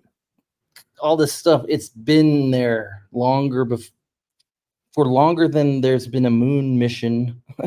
But so it could be related still. Well, it could even be related to July 23rd and the Sirius. Your right brain knows exactly what it's looking at. Your left brain is like, wait. It's like, you know, when Blavatsky would say it's just the numbers. Just look at like there's crazy shit. Like the measurements of the pyramid, like we know that, like, what is it, this you can get the speed of light from the measurement of its base or whatever, and it's like exact, like it's supposedly, yeah. What is the whole deal? I forget how that works, but yeah, Scott Onstott gets to this point where you're looking at things that you're like intentional, undoubtedly intentional, and then it gets to a point where you're like, dude, how is that possible? And he's like, I don't know, it could be. Well, okay, here's another good one for 237 in The Shining. I mean, this is kind of ground zero for me, where I started my whole journey of day Crypto K, which was that, you know, I'm looking at The Shining, and then I see them film The Scanners by David Cronenberg, and I noticed that on the poster it says 237 on the poster. It's like there are 200 and I can't remember. 237 is on the poster. It's in the plot. Sure. And then I say, okay, so how long after, like how many days between Scanners and The Shining? 237 days. What? Wow. That I remember like vividly. finding that right. out and be like, what? Yeah. So one of the ones that I love is that Being John Malkovich came out 237 days after Kubrick's death, and that that he played Kubrick in a sense in the movie Being Kubrick. So it's Being Color Me John Kubrick, yeah. Malkovich. Oh, Color Me Kubrick. It's Color Yeah. Me Kubrick. And so Color Me Kubrick, he's playing a guy pretending to be Stanley Kubrick based on a true story of a guy who actually did this, because there was a time when hardly anyone knew what the freak Stanley Kubrick actually looked like. So Yeah. it's like this guy would just like Alan go Conway. around and just be like, "Hi, I'm Stanley Kubrick." And then he is also in Kubrick, because he's British. He in- was a Kubrick. he's also in Heart of Darkness, which is interesting because it's the Apocalypse Now. So like, what was that? Who was in Apocalypse Now? So Who was in Heart of Darkness? John Malkovich. So John Malkovich is in the movie that was made of Joseph Conrad's actual book, Heart of Darkness. I didn't know That was the inspiration for Apocalypse Now. And Apocalypse Now is just Golden Bow to the max. I mean, they show you in the movie the Golden Bow, like it's sitting on the table. I gotta back up though. Let me back up because there's more to do with Scanners. 237 days after The Shining. It also has Jennifer O'Neill in it, who is on the TV in The Shining via Summer of 42. Yes. So she's in there, and then Patrick McGoohan is also in there. He's this, the prisoner, the guy from The Prisoner. So that's a subtextual thing. Sure, sure. I got you. And then, okay, so that's 237 days. But then what happened I kind of expand this out. What happened 237 weeks after The Shining? Huh. Well, that's 2010 Odyssey 2, the sequel to 2001: A Space Odyssey. It's the release date? Yeah, the release date of It's exactly 237 weeks after. Really? Yes. And then 237 weeks after that is Batman, which has Jack Nicholson. Sure. I'm with you as Jack. And the Bat as Jack, the Joker. Give me the bat, Wendy. Give me the bat, Wendy. Give me the bat. And that's what happens to him at the end of the Batman is he gets whacked by the bat and he gets true. 474 weeks, 237 plus 237 weeks from The Shining to Batman. So right. That's dude, and with 2010 in it, that's like one of the classic parent theses. All right. I love it. I wasn't on board until you got me the Batman and you explained it as the Batman. That would make sense. I like it. Good. Yeah. It's Totally. fair. And then what happens with Tom Cruise in A Few Good Men with Jack Nicholson? He's got the whole thing with the bat. He's like has his special thinking bat that he holds when he's trying to figure shit out. It's true. You're right. I forgot. Yeah. And he's like, who ordered the code red? And then it's like, dude, red rum. Like who ordered the murder? You know, it's so he's weird. a baseball bat. I'm gonna have to. Goddamn right, I did. Then it also, but then it goes into the 90s with Twister and As Good as It Gets, because Twister features The Shining getting ripped apart by the tornado in the F4 tornado, I think. That's right. And at the end with the drive-in with Stanley and Kubrick, one after the other. Well, there's a whole bunch of stuff, but then so that has Helen Hunt, and then Jack Nicholson is Shining. But then the next year, As Good as It Gets, Helen Hunt opposite Jack Nicholson, they both win Oscars, and this like sort of odd romance kind of age gap romance movie. Helen Hunt. So that's just a weird like matrix that continues reaches out from The Shining into things like Twister, and yeah, it's weird. It's like you're following like vines that are all connecting at the same root. Yes, and then you're just like, oh, here's where it's coming from. But then you're like, wait, it's emanating out of localized by time. It's going in both directions. How is that possible? Yeah, that's exactly right. And that's what we're focused. And that's what The Shining illuminates better than any other movie ever made, I think. And Marianne, we're gonna do Capricorn 1 on Wednesday, by the way. Oh, Capricorn 1, same director as 2010, Peter Hyams, who has the same. I didn't know that. He's actually has the same birthday as Kubrick, July 26th. There you go. Okay, so there's actually a really close weave in with Capricorn 1. Oh yeah, Peter Hyams is. So that's Carl Jung's birthday too. That's in. It is, Carl Jung's. 5 days. Aldous Huxley. Oh. 5 days, July 26th. What's coming out on July 26th? Some movie. Can't remember. And we got some people that have actually seen. I love I've never Good. even heard of Big Bus, let alone seen Is it. that what the blue bus is calling us? Is it blue? Just asking. Is it a blue bus? It's big. It's not blue. It's just. It's not It's blue. just big. Okay. It's black It's and not white, blue. isn't it? No, it's Oh, color. color? It's 76. It's color. It's a slapstick. It's not a great movie, to be honest, but Airplane is better. But Right. Yeah, and we're also going to be doing Toy Story is Fly Me to what the it's out Moon right this week. now. So Chad, you're right. There is a movie that just came out like this month called Fly Me to the Moon. Yeah, I went. Which is I have, also about this. I saw it 2 days ago, and we'll be covering that later this week. yeah, Right, I but saw that too.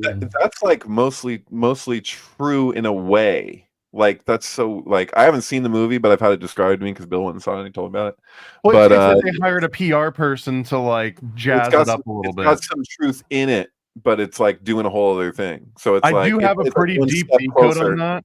Or I think it like I don't know if they made it this way, but you can definitely overlay a whole concept of masonry on there. That the PR person coming in was sort of like masonry being exposed to the world around the same time, because that was also a huge decline in Freemasonry. Was right around 50s, 60s, and then computers and Xerox, and it all kind of destroyed the secrecy of it, and it was all downhill. Anyways, you'll have to wait until I do the breakdown on that this coming week too. Fly Me to the Moon. Yeah, I check out my cryptokubrology.com. My most recent article references at least Fly Me to the Moon, which paired and came out on the same day as this movie Long Legs, which was directed by Oz Perkins, who is the son of Anthony Perkins. Like there's this whole incredible sync web that I spin out of those two movies. And I finally saw Long Legs last night, and it's interesting. But anyway, I think Bill saw it and he said he didn't really like it very much, but yeah, it wasn't great, but it was, like I say, interesting. Yeah, Long Legs. So Shelley Duvall, who is in The Shining, obviously, she's Wendy. She died recently on 7/11, which was the day I had circled on my calendar as something that might happen related to The Shining. What did it say at the top? Sorry, can you scroll? What did it just say at the top there? I was like, she's. Oh, this is just what you named it, and this is the date. That's my title. Okay. Sorry, continue. Yeah. That's my thing. And so Shelley Duvall, so Long Legs. So Shelley Duvall is the Long Legs. Popeye. Popeye as olive oil having long legs, and then it also ties into like the actor Hunter Schafer and some other stuff. So anyway, check it out if you like to read. Cool. It's cryptokubrology.com. You can get there too from Alex's Twitter page. Yeah, for sure. How to explain this? I think that phenomenon of Jack being Jack. He's Jack in real life and he's Jack in the movie in two movies that I know of. You got a third, maybe? At least, yeah. So the two that I know is The Shining and Batman. But like you know so Batman is like a DC movie, right? So like Joker with what's his name? River Phoenix, Joaquin Phoenix. Like that is the king of comedy, like in super imposition. I don't know how to explain it, but like those movies, like the character of Robert De Niro in both movies, he became the Thing. And now he's the Thing that he wanted to be. And like, that's how King of Comedy ends. But like what they did with King of Comedy and Joker, I think is really similar to what Batman, Tim Burton did with The Shining, as weird as that is to say. like there's a thing, because it's access chemicals is what turns him into the Joker. But it's like this whole thing with Atlas in, like, you'll notice in like City Hall or whatever, they have like Atlas with Axis. Well, we got 237 viewers right now. But Atlas and Axis is the cranium. Oh, really? Nice. Is the cranium is supported by Axis, because it's playing the part of Atlas. Isn't that how it works? So like you have Atlas and Axis, or your upper spine, like the uppermost spine bones, right? Okay. So like in Batman, you have the Joker is, as far as like, this is all like, when I say birth of tragedy here, like it's context is important. Like he'd give anything for a drink, even his goddamn soul. So you have the Dionysian throng is like embedded into that whole thing of just wanting to drink, wanting to get drunk. And so there's like, there's this weird thing with like, Oh, how to explain that? Well, bourbon, Jack Daniels, Jack, and even into Jack Daniels is that Jack and Danny. Like Danny, yeah, Daniels. Oh, interesting. I never made that connection. that's the spirit that's been. Yeah, it's the spirit. It's the spirit thing. That's why you're looking at a movie about ghosts, and he wants a freaking drink, and how this like connects to like not just like Bacchus Golden Bough stuff, but also just with like the treatment of Dionysus and Apollo, because Dionysus and Apollo are the two sides communicated in the birth of tragedy. So Danny is being associated with Apollo, which is referred to by Nietzsche as the shining one, and Jack is the Dionysian throng, which just wants to get drunk. And so like and then the two are convert, and so the same thing is true for Batman. Batman is the Apollonian. Apollo is structure, right, and order. But the thing is, he's also the destroyer, because if structure and order continues without any stop, if it's never pruned, if the tree is never pruned back, then it becomes destructive, right? So it's like too much order, too much law becomes destructive to a society. So you need to counterbalance it with the Dionysian.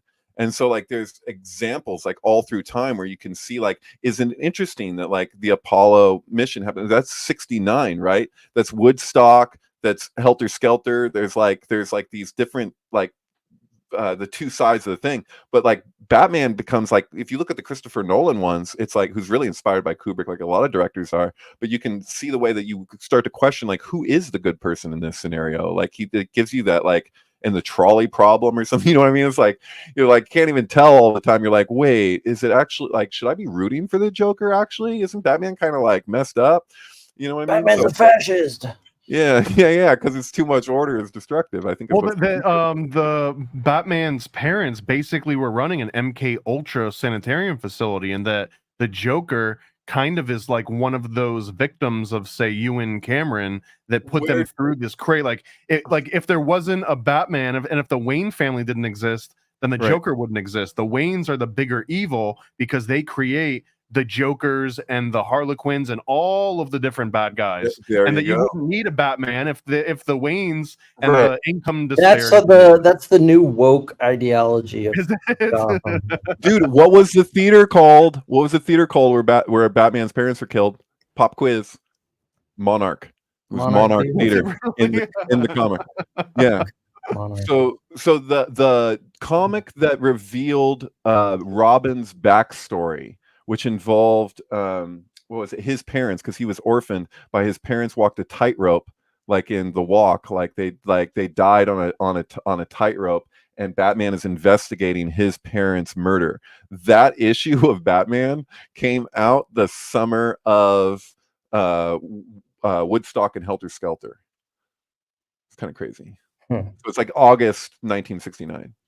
I just wanted to point out to you mentioned this Atlas thing. This I've never heard of this before, and there's a really interesting note on the wiki page, but it said that that the ancient Romans actually designated the seventh vertebrae, the C7, as Atlas, but that it says sometime around 1522, anatomists decided to call the first cervical vertebrae the Atlas, and that scholars believe by switching the designation to Atlas from the seventh to the first, was commenting the point of man's burden had shifted from his shoulders to his head, that his burden was no longer a physical load, but rather his mind. That's crazy. Like that's the Shining. That's the Shining, and the shoulder trope that we're talking about, and the whole thing with the monarch guy with the thing. Totally. And it's also probably goes back to Christ too. Well, it goes like bears the burden of the cross on his shoulder. There's the two hemispheres of the brain. And I feel like that's Batman and Joker. And it's expressed in The Shining too with Danny and Jack. Because you're like, oh, who's the good guy? Like Danny literally kills his dad. Like, but his dad kills himself at the same time, because it's just, kill or be killed or whatever. Mm-hmm. But it's cannibalism, Dad. Right. But I think it's like a battle between right and left, and like right isn't really battling. So like Danny represents like the right brain, like intuition. That's why he has the Shining and Jack doesn't. And so Jack is like compartmentalization and like left brain, and he thinks he's going to defeat the right brain, but in so doing, he himself gets defeated in that attempt. Do you know what I'm saying? Make America Gnostic Again had a comment earlier that said that they've got a copy of the Golden Bough, but they haven't read it because it seemed dated. And I'm just wondering, couldn't can it be dated? I almost feel like it's There actually has been revisions to the Golden Bough that speak like that cut out or change the parts that didn't hold up, or they'll acknowledge there'll like be footnotes in some that are like, this is actually this now, whatever. But I mean, it was a real attempt from Cambridge to like, give a like, he traveled to all those places, like, so he was just getting what he could going from person to person, but it was a sincere effort to be factual. So that's why revisions are good. I mean, even the guy who did like, what is it, the first popular ancient UFO thing, what is it, what's that book called, the first Chariots of the Gods? Yeah, Chariots of the Gods. That guy years later actually did change things that got debunked, so because he wanted it to be accurate, yeah. Von Daniken. Batman's parents are part of a secret society called the Court of Owls. Is that true? I mean, I'm gonna assume it's true. Maybe just make it up. But in some comic book canon. Well, there's in the Adam West new 52 crap. In the Adam West Batman movie, not just the show. There's a you probably know it, but there's a point where there's a picture on the wall of like one of the Waynes, like his great grandfather, whatever, and they're like, oh, I heard he was tapped for Skull and Bones, and somebody, and I think it's his aunt, who's the woman that lives at the Wayne Manor, I forget, but she says, tapped for, he founded Skull and Bones. So so that gets interesting too when you look at the Batman shooting in a movie where there's like when the stadium goes out, when they're like in the Coliseum, and there's like the earth caves in, and there's like players running across the field, and it zooms in on the people up above that are like in the box seats or whatever, and it just has like a solid 322. You know what I'm talking about? Like there's a scene, it's like, and so that was the thing too, like, right, and yeah, it's. Anyway. And I was just joking, but it looks like it really is part of the woke new 52. But there was a note here that stood out, that Court of Owls makes its first full appearance in Batman when Batman fights his way through a labyrinth. Oh, interesting. So we got stinks all over the place on this. Right. Huh. Let's see what else. Oh, one of the examples they were saying like all the ways that the room 237 notes that the Kubrick Shining deviates from King's Shining, drove King mad, and that this one in particular shows towards the end that a truck gets into a crash and it decimates this red Volkswagen, and that this is the red Volkswagen from King's The Shining book. And this was in the words of whoever was talking in 237, they were like, this was Kubrick's way of like saying screw you to King, like this is him flipping him the bird. Almost.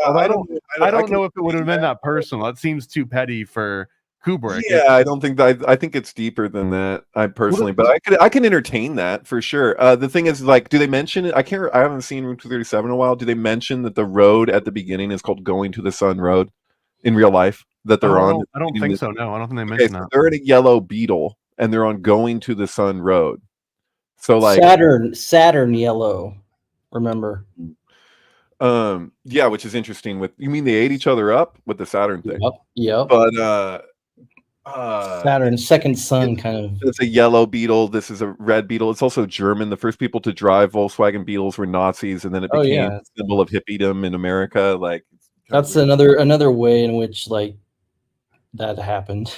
Yeah, you can also extrapolate from the Volkswagen symbol, the Vav Vav Vav. You can see 666, which is this number of the sun, and so it's going to the sun road. It's literally a 666 on a going to the sun road. The bug has to do with the lemon too. Like, isn't there a thing? The advertisement in Mad Men, the first episode of Mad Men, where it's a lemon, but that has to do also connects it to the lunar lander, because that's what Gus Grissom hung on the window of the lem to call it a lemon, saying that it wouldn't fly before he was, killed in the fire sacrifice. So, it's all probably connected. Probably. 1969 made for TV movie, 2001 was a true story. What I don't know, made for TV movie 2001. What is that? Oh, he's talking about the Kiefer Sutherland one called 1969. Movie. Oh no. That wasn't made in 2001. That was made in like the fucking freaking. Yeah, what's the context on this? I'm interested. I'm way behind on the comments. I'm trying to do my best to trying keep to up. follow that. 1969 equals made for TV movie 2001. Like, yeah, I'm not So sure there's red versus yellow in the Beatles. is there a movie in 1969 called 2001 that was made for TV? Is there a movie we don't know about? I don't know. Sounds like there might be. Which is the opposite of Saturn eating the sun. Good point, Chad. This was also noted in the 237 that Kubrick had recently read, or part of The Shining was this uses of enchantment, which is it sounds like it's I never read this before or heard it before, but it's like a Freudian breakdown of all the old fairy tales so that they were all retold in like sexual ways, I guess. You guys familiar with this? I'm not familiar with that. Yeah. Interesting. Yeah, his library is one thing. Knowing what he was reading in the course of his career is another. Yeah, well, they make a lot of claims. It was like, well, Kubrick read this, and I was thinking every time they said that, I was like, the dude probably read a lot of books. You know, dude, yeah, he read everything. So I found a quote in the Viennese Austrian. In the Kubrick archives in London at Elephant and Castle, there's like, I found a quote where somebody was asking him to do an interview for Barry Lyndon, and not Barry Lyndon, it was his Napoleon film, and his response was, I can only be 10% honest about my ideas around, what does he say, politics and history, and he says that includes the way things developed in my own career. So he's saying he can't even be 10% honest about how he got to where he got to. I was like, that's crazy quote. Yeah. I mean, it fits into all the different theories that kind of come up around this. Again, look at the wife. Look at the wife. This one, yeah, the one that was chopped up. But this one here, I didn't really.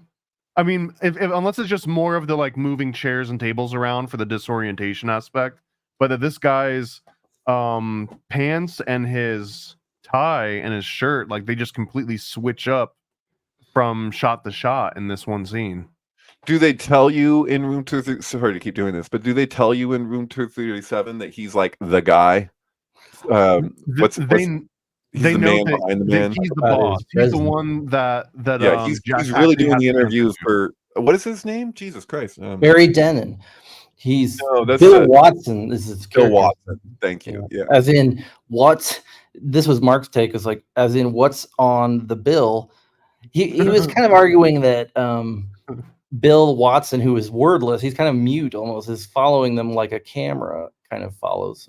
Right, and isn't it interesting that you have Bill Harford and then it's Bill Watson, and like it's the Bill who's going to take the bill. Mm-hmm. You know, who's going to and Watson of Crick and Watson, who the DNA spiral. Right, and Sherlock Holmes and Watson. Come on.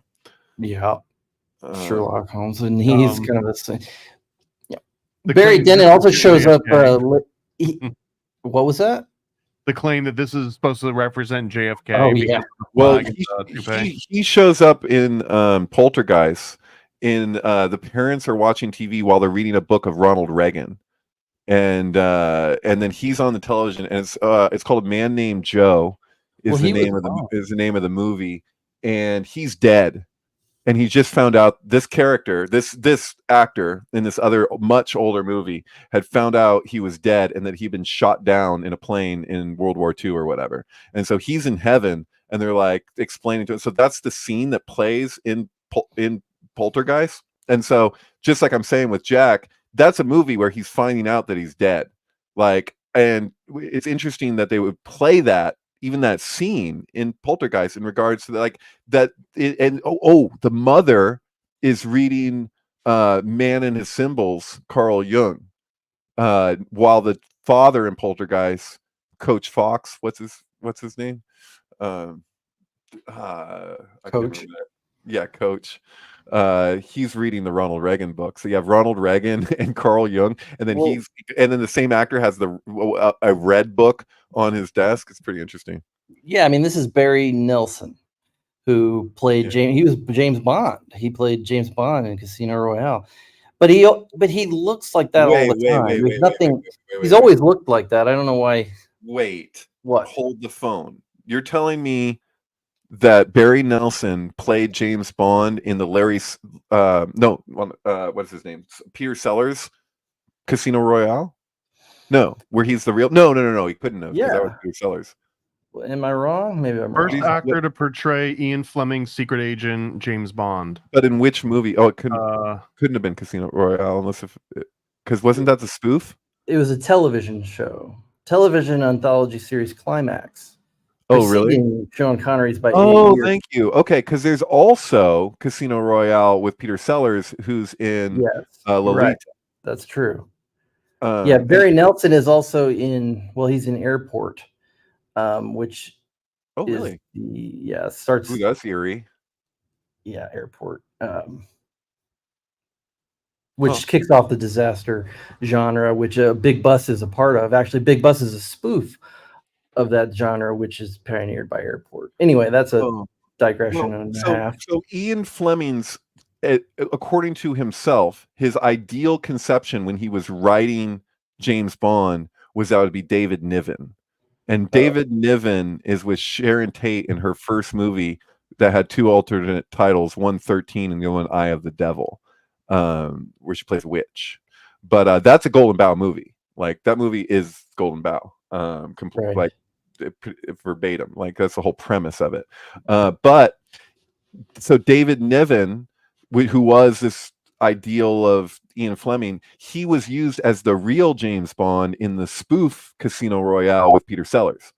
And even like the castle that he's at the beginning just totally looks like the castle from freaking Eye of the Devil. So it's like they did that because I don't know if you've seen Casino Royale with Peter Sellers, but it's like he's an actor playing James Bond who is this real guy who is David Niven. It's super weird. But yeah, and I think the Peter Sellers Wells in it and a bunch of stuff. And Orson Welles was in Sharon Tate's last film, 13 Chairs, also titled 12 plus 1. So her first movie's titled 13. Her last movie's titled 12 plus 1. Someone was asking, what is the Golden Bough? The Golden Bough is this long series of books by Fraser that's also got a single like 800-page version.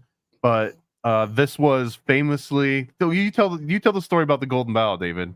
Oh, well, of Kubrick and the executive. Yeah, it's the ritualistic killing of the king in order for an empire to thrive. Instructive for recent events.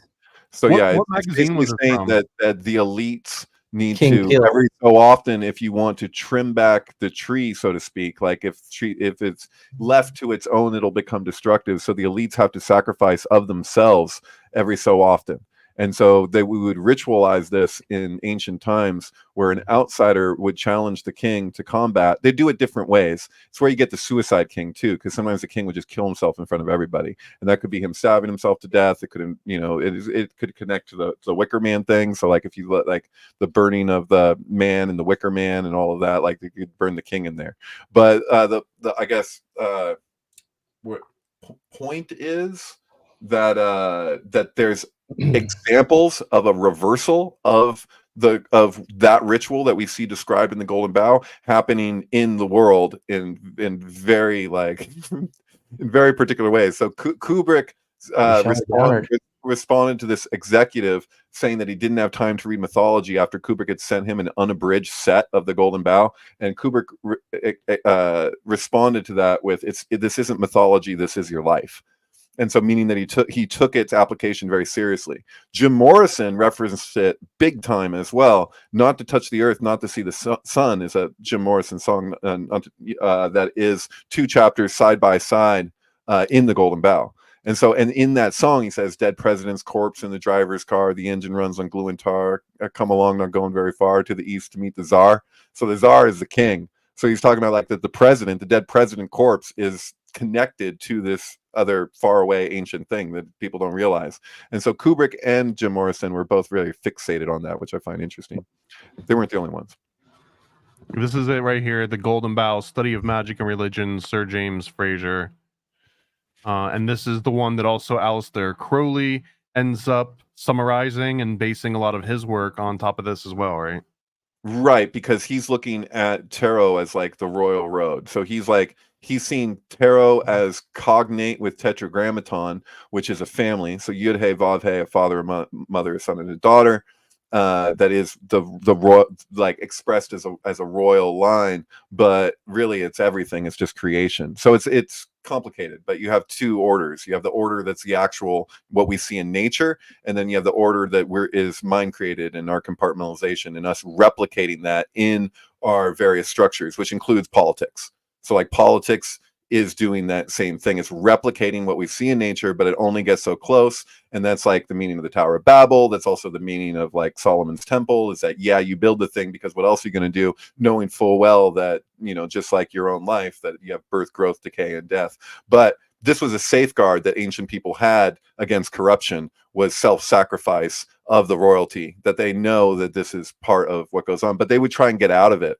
And so Fraser talks about how somebody would send their child off, like they have a child, the king, and then he like hides the child in like a faraway land. And then at some point in the child's life, he gets special instructions to come to the kingdom and challenge the king. And so that it has his own child sacrifice him, so at least it'll stay in the family. But this was also a guard against incest. And you can see evidence of that in the world with our royalty, that they've kept it in the family for so long that they start to degrade, like in those terms, like, yeah, it's kind of crazy. It's a long one. It's a really long one. That's so cool. Right. So there's chapters of this that were removed not long after, like maybe even after the first publication, that dealt with Christianity, and him basically like an analysis of Christianity that the church deemed like not okay. But they were treating it in a very scholarly way, like the idea that Jesus is a sacrifice, but he's the first innocent sacrifice, really, like in the tradition. Like the scapegoat wouldn't traditionally be innocent necessarily. Like Jesus is sacrifice, but it's what happens, what are the repercussions for sacrificing innocence? Priesthood of Diana, and that probably goes right up to the NASA boys, right, and all their culty activity. Totally. It's like when Apollo 15 lands on the moon, the day that what's her name, Diane Nemeroff, the photographer, the freaking. And speaking of Diana, here's NASA Artemis. Diane Arbus. Diane Arbus. What the golden bough is, I just have to say, it's the branch in a sacred tree by a lake called Nemi that means Diana's mirror, and the outsider would pull a limb from the branch, which is both symbolic of the king's phallus and his daughter, because they're connected, because she came from his phallus. And so the idea is he's challenging the manhood of the king by pulling that limb off, that bough off of the tree. And so people would gather around to watch, and he's challenging the king in that moment. And so, yeah. So Apollo 15 lands on the moon, supposedly, July 26, 1971, which is, first of all, it's Kubrick's 43rd birthday, but it's also the day Diane Arbus died, who was the photographer of, the pictures that inspired the twins in The Shining. And her real name was Diane Nemerov, which is a anagram, since we're doing anagrams and related to the moon. Nemerov, men rove, is an anagram of Nemerov. And that was, Apollo 15 was the one with the lunar rover. So the boy, they were up there tooting around on the lunar rover the day that Diane Nemerov dies, who is Diane Arbus. And Diane is the moon goddess. Interesting. So yeah, right. She's got the and bow. I was saying bow. Somebody wrote bow for what is the golden bow, and we're talking about like it relates to Artemis, right? So like Artemis is Diana. Oh yeah, that's the same. The bow and the bow. Yeah, she's the continuation. It's the Greek and the Roman. And so you would make the bow out of the bow. Right. Yeah. Oh, totally. Good point. Yeah, you make the bow out of the bow. That's far out. Yeah. Bowman. And you're a bowman. David Bowman is the. Right. Yeah, totally. Oh wow. Yeah, no, there's a lot. There's Barry a lot. Dennen. NSA guy. Barry Dennen shows up after The Shining. He shows up in Trading Places at the very end, which is a super 9/11 pre-predictive movie. Trading Places. Oh yeah.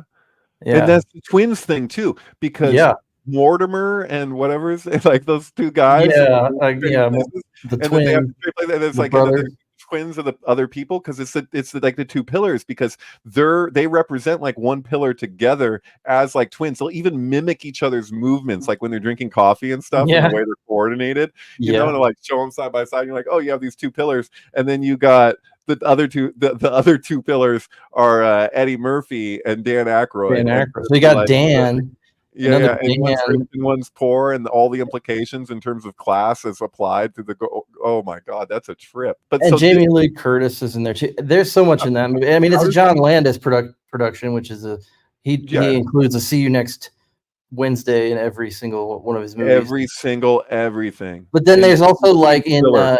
in that movie in Trading Places, there's the whole thing with like there's an ape that they get. It's in loaded onto the train. It's a really gag. It's a stupid gag in the movie, but there's like an ape. It's clear 2001 stuff. Right. Well, there's also could be yeah. There's also the King Kong thing. I think they even make King Kong jokes in there. But Probably, King Kong dies at the Two Towers, which is where the Trading Places takes place in the 1976 King Kong, right? Right. And so in Trading Places, the way it predicts 9/11 being that the whole thing climaxes at the Twin Towers. First of all, like the action is like they're on the trading floor in a trading war. It's orange juice futures, right? And but as they're approaching, Dan Aykroyd says something like, you're not prepared for the amount of violence and carnage you are about to witness." He's saying as they're strolling underneath the Twin Towers to go trade orange juice futures, which the orange juice thing ties it to the Supertramp album cover, "Breakfast in America," which famously predicts 9/11 by, it's a picture of the New York skyline. Yeah, the Twin Towers are there, but the crazy-eyed waitress is holding up a plate of orange juice. There it is. So there's orange juice at the Twin Towers with 9/11 atop, backwards. Reverse. So 9 is on one tower and 11 is on the other. Right. So orange juice. But nobody ever asked what about the orange juice, but then you got to watch Trading Places. So because they go to and they trade orange juice futures at the World Trade Center. What's up with that reoccurring in all the Polanski films too? The dropping of oranges and oranges rolling around. Well, it's Saturn. It's Saturn. I actually literally have an article coming out soon, which it's not out yet, so I don't want to say where, but about the connections between orange and Saturn and Satan, I guess, or whatever, and synchronicity. So keep an eye out for that anyway. Interesting. It seems to be a symbol of the sun. You ever seen that like Peter Fonda movie that was like a LSD exploitation movie with what is it? Is that actor? He's End of Apocalypse Now when he recites Rudyard Kipling's F. What's that guy? Dennis Hopper. So Dennis Hopper is with I just said freaking Peter Fonda. They were also in Easy Rider together, but there's this movie called The Trip. And at the beginning of the trip, when Peter Fonda first starts coming up on acid, he's like holding this orange, and he's just like, "It's the sun. I'm holding the sun in my hand." Interesting. Well, I mean, it comes in The Godfather. In The Godfather, the orange is famously used as a harbinger of death. So Vito Corleone he has a bag of oranges when he's shot. Oh, right. Isn't that a Japanese thing too? And they use that in Empire of the Sun when the guy dies and the blood goes on the orange as he's cutting it or something. Isn't that a thing? It's like it was like a symbolic Japanese cultural thing. I don't know. Yeah, and I guess it happens in The Ninth Gate too. It's when he accidentally sets fire to that apartment or whatever, and then there's some oranges that are shown dropping down the stairs, and I kind of link that to fire and the fire sacrifice. Right. Can we? Okay, so the bartender Lloyd, he's Danny Lloyd, right? No, what is it? He's Lloyd. So Danny Lloyd is the actor playing Danny. So Jack plays Jack. Jack Nicholson plays Jack Torrance. Danny Lloyd plays Danny, and then Lloyd is the name of the bartender. So is the bartender Danny messing with Jack. Like that's part of him luring him or whatever. Like, is this? Like, that's a good part of yeah, the idea. this is one of the things I like then who about is Mark, Tony? that Where you got to ask is the Tony? I feel like Tony is Tony Clifton, man. Tony's Tony Clifton. Tony is Tony Burton, but it could be Tony Burton because Tony Burton is Durkin. He's the boxer who plays Durkin. No, okay. It's Andy Kaufman, which phonetically is a rearrangement of Danny, right? So and Andy Kaufman had another persona called Tony Clifton. If you watch Toy Story, note that the kid's name is Andy. So he's like Andy Kaufman. But how does this work? Oh yeah, what is the thing? So like Man on the Moon, right? So like Jim Carrey was Man on the Moon. He shares birthday with Andy Kaufman. So the song Man on the Moon has the music video for it just goes back and forth between a cowboy and an astronaut. He's dressed Michael Stipe is a cowboy, and then it keeps showing you like the Apollo 11 like footage, and it's just like, and so it's like, what is Toy Story but a cowboy and an astronaut? And so there's like, Andy Kaufman had this whole thing around like playing with his toys in the attic. Like that was like he had a weird ass relationship with like role playing his toys, like to an age that was considered inappropriate to keep doing that, but he was, he had this whole inner world with it. But yeah, I seriously, like, I'm like symbolically, like synchronistically, it feels like like like Eminem has a thing where he's Slim Shady, but then or Eminem, but he's also like Marshall Mathers, and it's like Andy Kaufman is real, like has Tony Clifton as his alternate personality. First of all, I just want to jump into something. You guys know Us? You the movie Us, right? Being the movie Us. Yeah. So like, you want to share the whole spiel here because I feel like you know it. You guys probably both know it, but. Like the Jack Nicholson connection with Duke Nicholson, like. I mean, I have my own things. You have your things. Okay, so as far as I'm concerned, like Us is completely a continuation of The Shining. Like it's the same symbolism, it's the same meaning. Like, and even if you look at the movie he did before that, Get Out, that one connects to freaking Being John Malkovich, which has its own connection, as we explained earlier. But like Us is the U.S., right? And this is a shadow thing. So like when she says. When they say, "Who are you?" and she goes, "We're Americans," and like some people are offended because the way they talk, and they're like, people have that disorder or whatever. Like Duke Nicholson has a part in this movie, and if you look at the credits at the end, the explanation for who he is, it says Danny/Tony, because all the characters in the movie have themselves and then have their shadow, and so for him, that's the way that they chose to do it. But the thing is that only one person dies in The Shining other than Jack. And it's Scatman Crothers. Like there's there's a race element in The Shining. Like I don't need to say it for podcasting, like what is said in the bathroom, because you guys know it when he's like saying your son has been in contact with somebody, and he's like, who, but like that, like what is happening with this movie? Like this movie predicts like COVID hysteria better than almost any freaking movie in my estimation. Like, and it's hands across America, like everything's about social distancing. So it's like, this is our shadows trying to connect with each other, but it coming out in this through the repression, the sublimation makes it super dysfunctional. So it's like, this is like instead of the shadows, because they show you at the end that she's actually her shadow. Like she survived, like she left the place under the boardwalk, and she like looks at the kid, and the kid knows it, and he's like holding the amethyst, like he killed one of the people. Do you know this movie that it's crazy how this movie connects to The Shining? Like I just noticed too that it came out on 3/22. Yeah, Us did. Yeah, I have a whole thing about its release date, which is I've shared before, but it's pretty incredible. What is it? Oh, it's that. So Jordan Peele is the director, and so Jordan Peele was born February 21st, 1979. Basically, it's perfectly aligned so that Jordan Peele's birth and the release of Us, the midpoint is the death of Kubrick. So, and it's 7,320 days either way. So it's like a parenthesis. Wow. 7,320 days after Kubrick's death, Us is released. 7,320 days before Kubrick's death, Jordan Peele is born.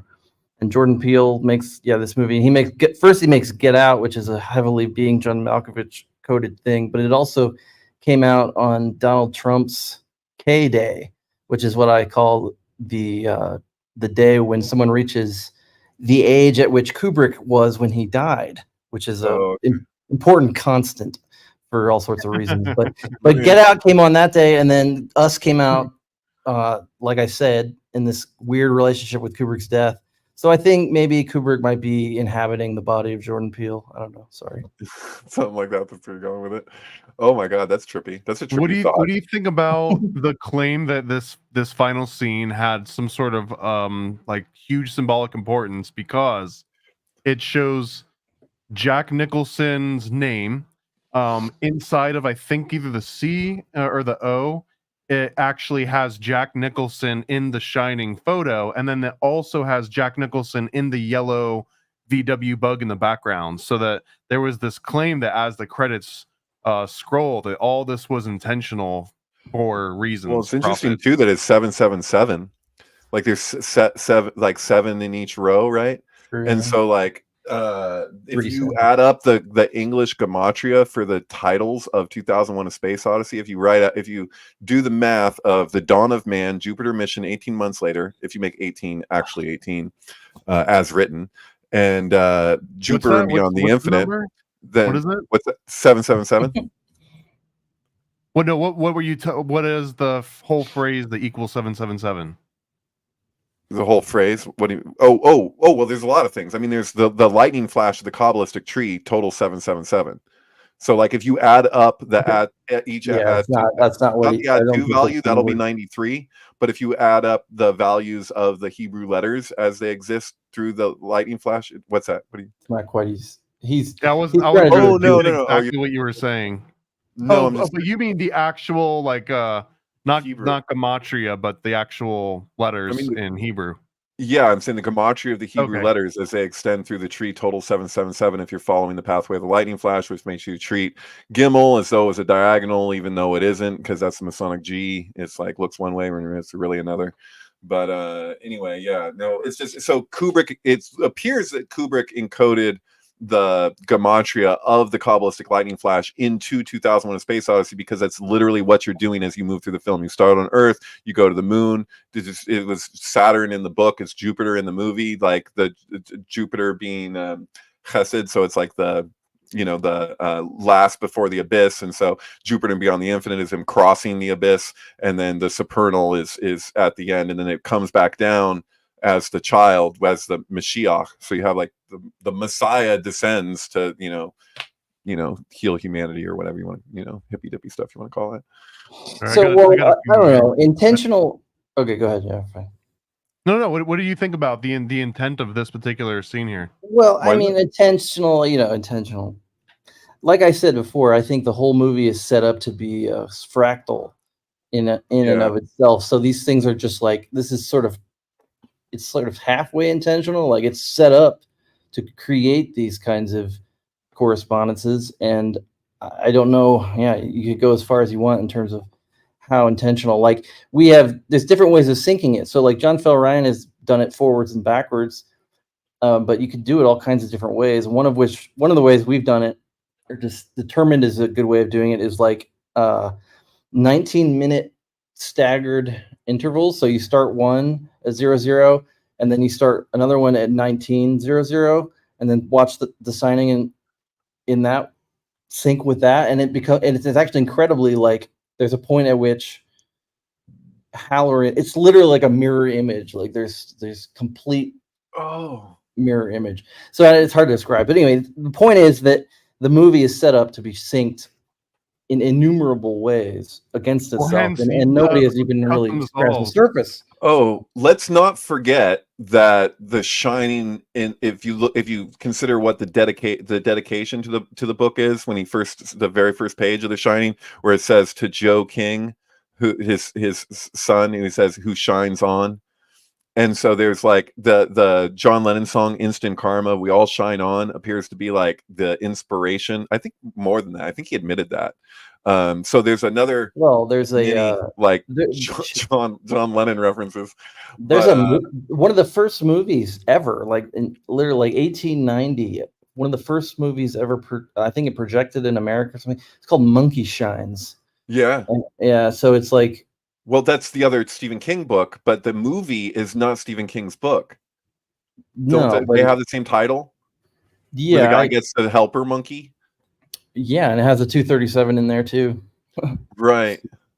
No, and then that connects the Haunted of Monkey Juliet Shines, too. but yeah, 1890. There's like it's just one of the most influential like first films called Monkey Shines. So that's sort of like what we've been doing. That's what Monkey Shines is, just human beings. It's what we're doing. It's like Right. monkeys shining, you know.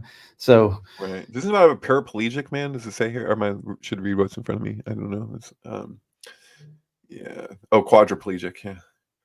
Yeah. Okay. Service monkeys, man. You got to be careful. They go out at night and do weird things. I really liked this one too, where they just showed a scene. This is one of those long dissolves that they said like has other implications, but he really does kind of look like a clown with like the blood coming out of his eyes and everything on the wall. Yeah, he's the Joker. oh yeah, that's We're great. saying.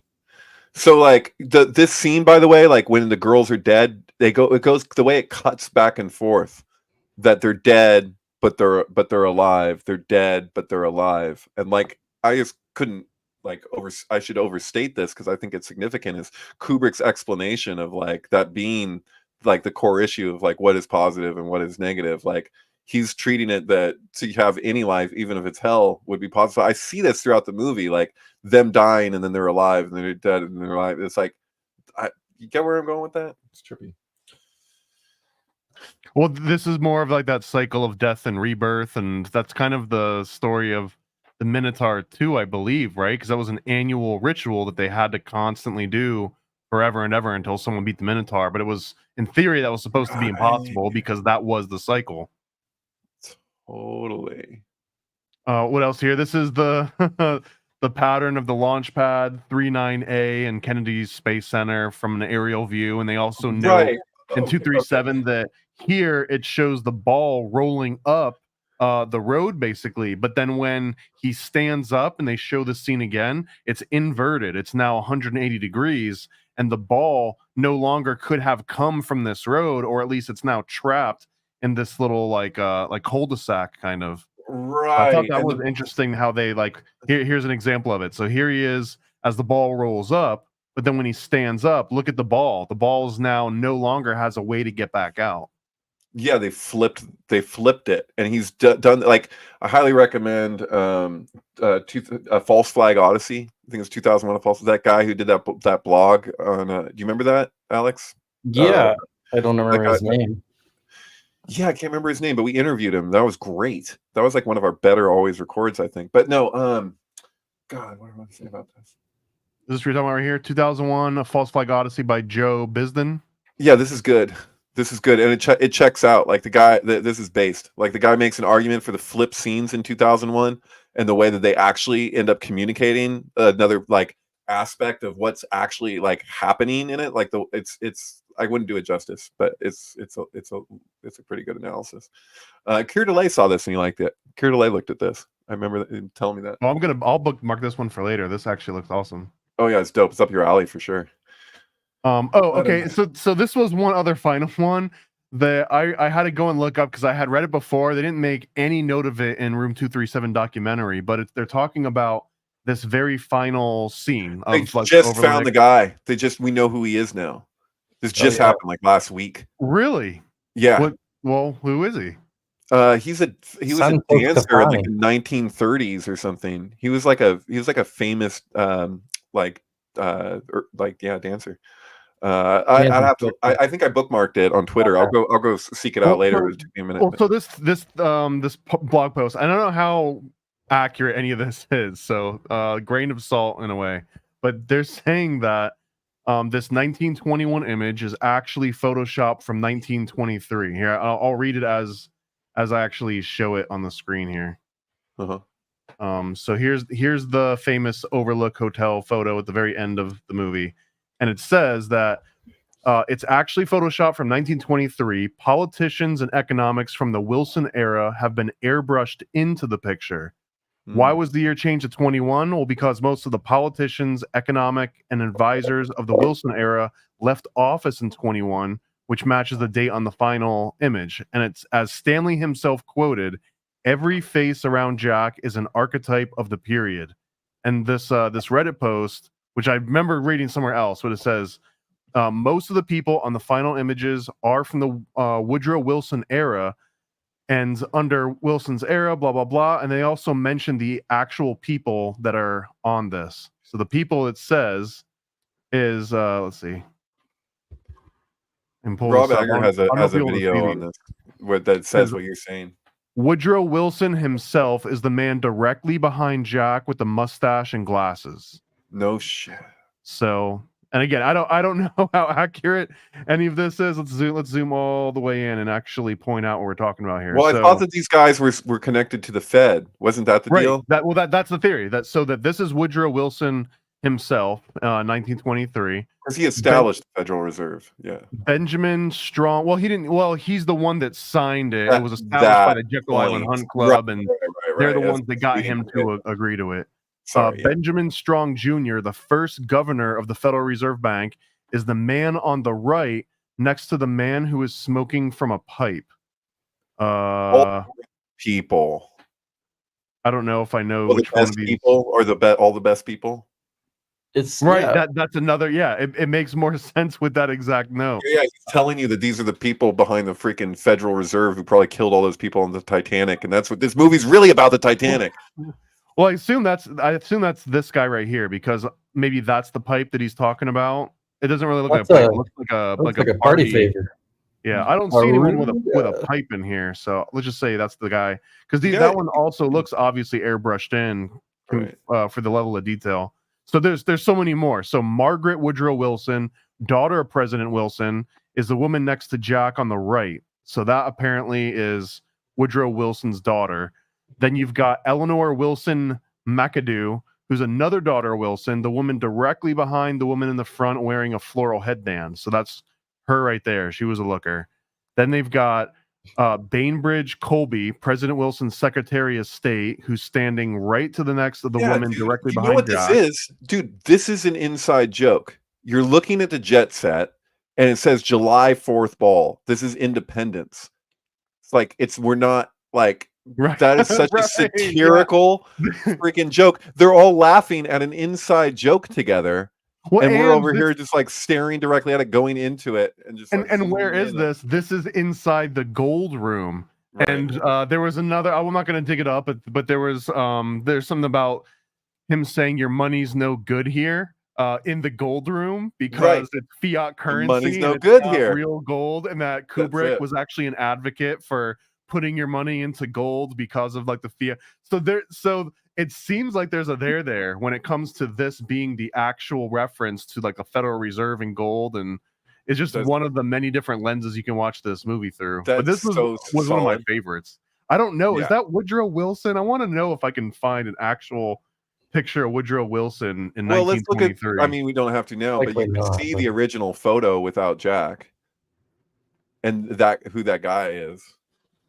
That's somewhere probably pretty easy to find. I think that's like a straightforward Google search. There's the movie Babylon that came out a couple of years ago. Yeah. There's with like Margot Robbie. Yeah, it was there's a speech from, I forget her name, but the older woman who's in that, she gives a speech to Brad Pitt, who's like the aging star, where she tells him about, he'll be immortal, you'll be the one, and it's like a perfect rendering of this whole end of The Shining thing of you're trapped in a piece of media, like a picture, but you're immortal supposedly, living on in imaginations and so forth. Yes. Yeah. I think this was like yesterday that I saw that, and I look back and forth. I mean, it's not, they admit that they're like, we don't know this for sure, but it sure freaking looks like him. I mean, that guy has a very specific, unusual face, and so there's like a dancer from this time period who's, It seems Santos Casani is, I think, is the name of the guy that they say. Oh, did you find it? Is that? Yeah, that's- I mean, I just remember. I just looked it up. I mean, it's Santos Casani. He has an IMDb page. He's born Oh, in that's South actually Africa. that's it. And so the Apollo version of that has an extra S, right? Or not Apollo? I mean to say NASA. NASA Cassini. Well, Cassini. I don't know. The one Oh, that Cassini. Cassini went to Saturn. Yeah, I went to Saturn. There you go. Yeah, Cassani. Yeah, Oh, so okay. that's his freaking name with a boom. missing an Yeah. S. There you go. That's interesting. Cassini. Yeah. Fuck. Yeah. So, this is what I want to keep trying to come. Okay, so Eyes Wide Shut was released on the anniversary. I don't know which one. It's 1999. I could figure out math, but it's 30th. the anniversary of the Apollo 11 launch. 30th. And yeah, okay. And so it came out the day and year that JFK Jr. died. And it was a year to the day before the infiltration of Bohemian Grove, if you consider that the cremation of care extends past midnight. Yeah. So that's the thing. That happened. Yeah. July 16th. And then that, we just passed July 16th here in 2024. And it was the day Trump picked his VP, Vance. And, Vance. 3 days after. So Eyes Wide Shut actually premiered on July 13th, 1999 in Hollywood. And so the Trump shooting was on the 25th anniversary of the Eyes Wide Shut premiere. Oh, that was the technical premiere. The release date was July 16th. Right. Yeah. So, okay. Yeah. Lots of interplay. Oh, yeah. And also that during the Apollo 11 launch, worth mentioning, I guess, is that they played on television Space Oddity during the launch, right? Wasn't that a thing? Really? I don't know. Yeah, I'm pretty damn sure. And then oh God, what was it? So that's David Bowie, and 2001 is David Bowman. And then what was it? Space Oddity is clearly a play on Space Odyssey, but that they chose that for the Apollo 11 launch, and then he goes on to have Danny with the Apollo 11 sweater, and that's Kennedy, Cape Kennedy is where that took off from. Every level is that's insane, dude. It's true. I think we're at a good kind of wrapping up spot a little bit. Is there anything we didn't get into that we should have with this being like all things Room 237? Well, anything obvious, anything like major. I can't think. I know I'm going to think of it as soon as we finish the call. We're going to thing with each other again on Tuesday. Okay. Yeah, there's an endless rabbit hole. You know what? It would be really good to have Will Morgan join in at some point, because I had him watch my. I have a thing. Maybe I should share it here. Can you go to? Actually, I think I shared in the private chat a link to the other one that I did. What do you need? But yeah, I want to do a plug. Yeah, so yeah, if you look in the private chat, it's the last one I just shared. So this is just the final segment of The Shining with the doors the end, which is not actually experientially like the way I put this together in arbitrary timing, but I just cut it out. It's other albums that lead to this that happen to give that timing. So but anyway, the other one that Will just watched was it's Saul Williams, Amethyst Rockstar with Us. I love that movie so much.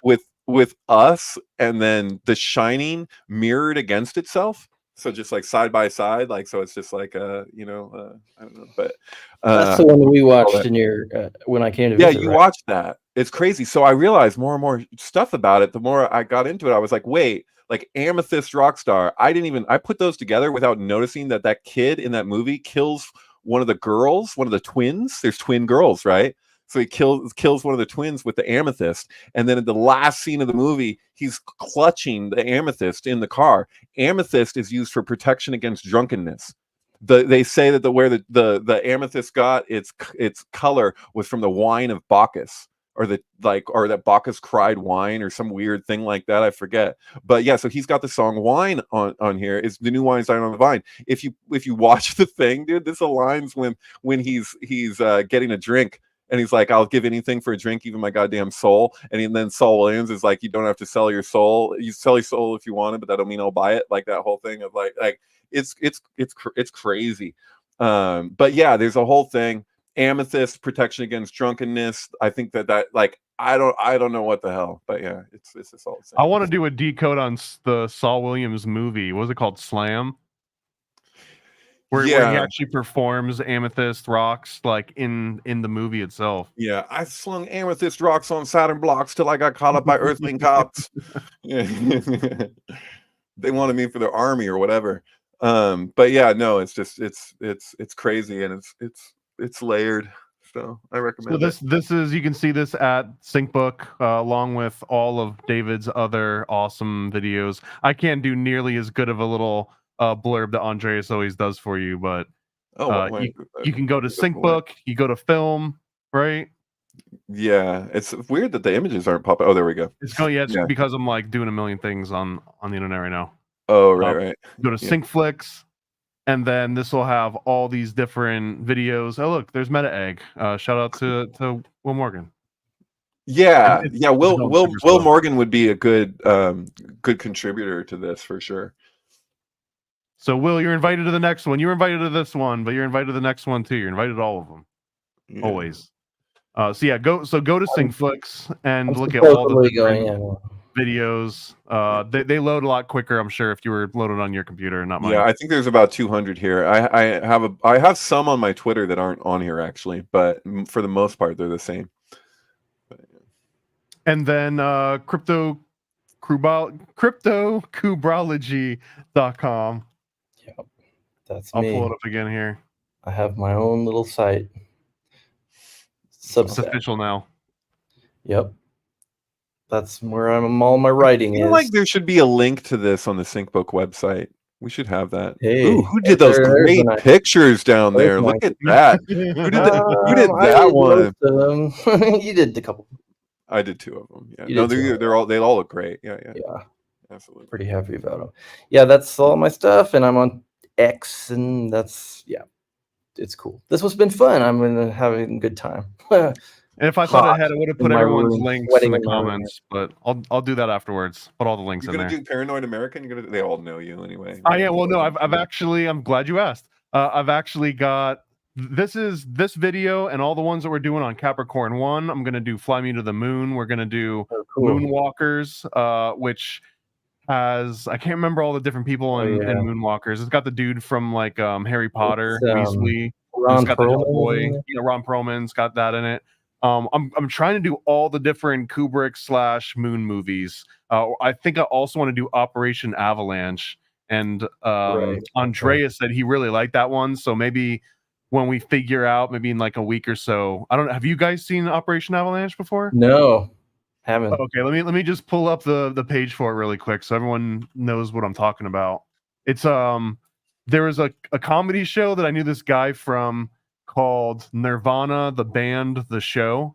I think it was like a Canadian show, but it was absolutely hilarious. And the guy that actually was in that show right here, Matt Johnson, he made this mockumentary called Operation Avalanche. And it's basically like they get invited to work on the NASA moon landing or tangentially related to it. And they see an opportunity where they can kind of pitch like, hey, we'll fake it. So it's not necessarily like Kubrick's involved, but it's another iteration of one of these like fake moon landings, but it has this like weird, like The Office style humor where, everything's kind of happening and being recorded by these people filming a documentary.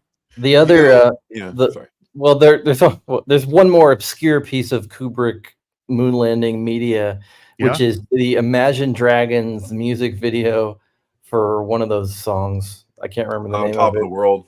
On Top of the World, where they cast the kid from Jurassic Park in the role of Kubrick directing a moon landing for this little music video, which is actually a brilliant piece of casting for lots of reasons. But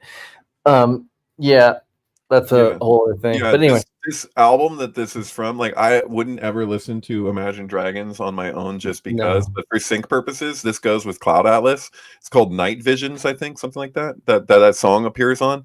And so that song, so if you start it at the same time, it makes it so that when On Top of the World plays, like if you know Cloud Atlas, that where it's the dude is like the NASA, is it NASA? Is what he's no, it's like some nuclear place or something, but he gets stuck in an elevator with that woman and they're like, and it turns red, and you know what I'm talking about, like, and he's got like the documents or whatever, like, are you okay? Well, I don't know what you're talking about.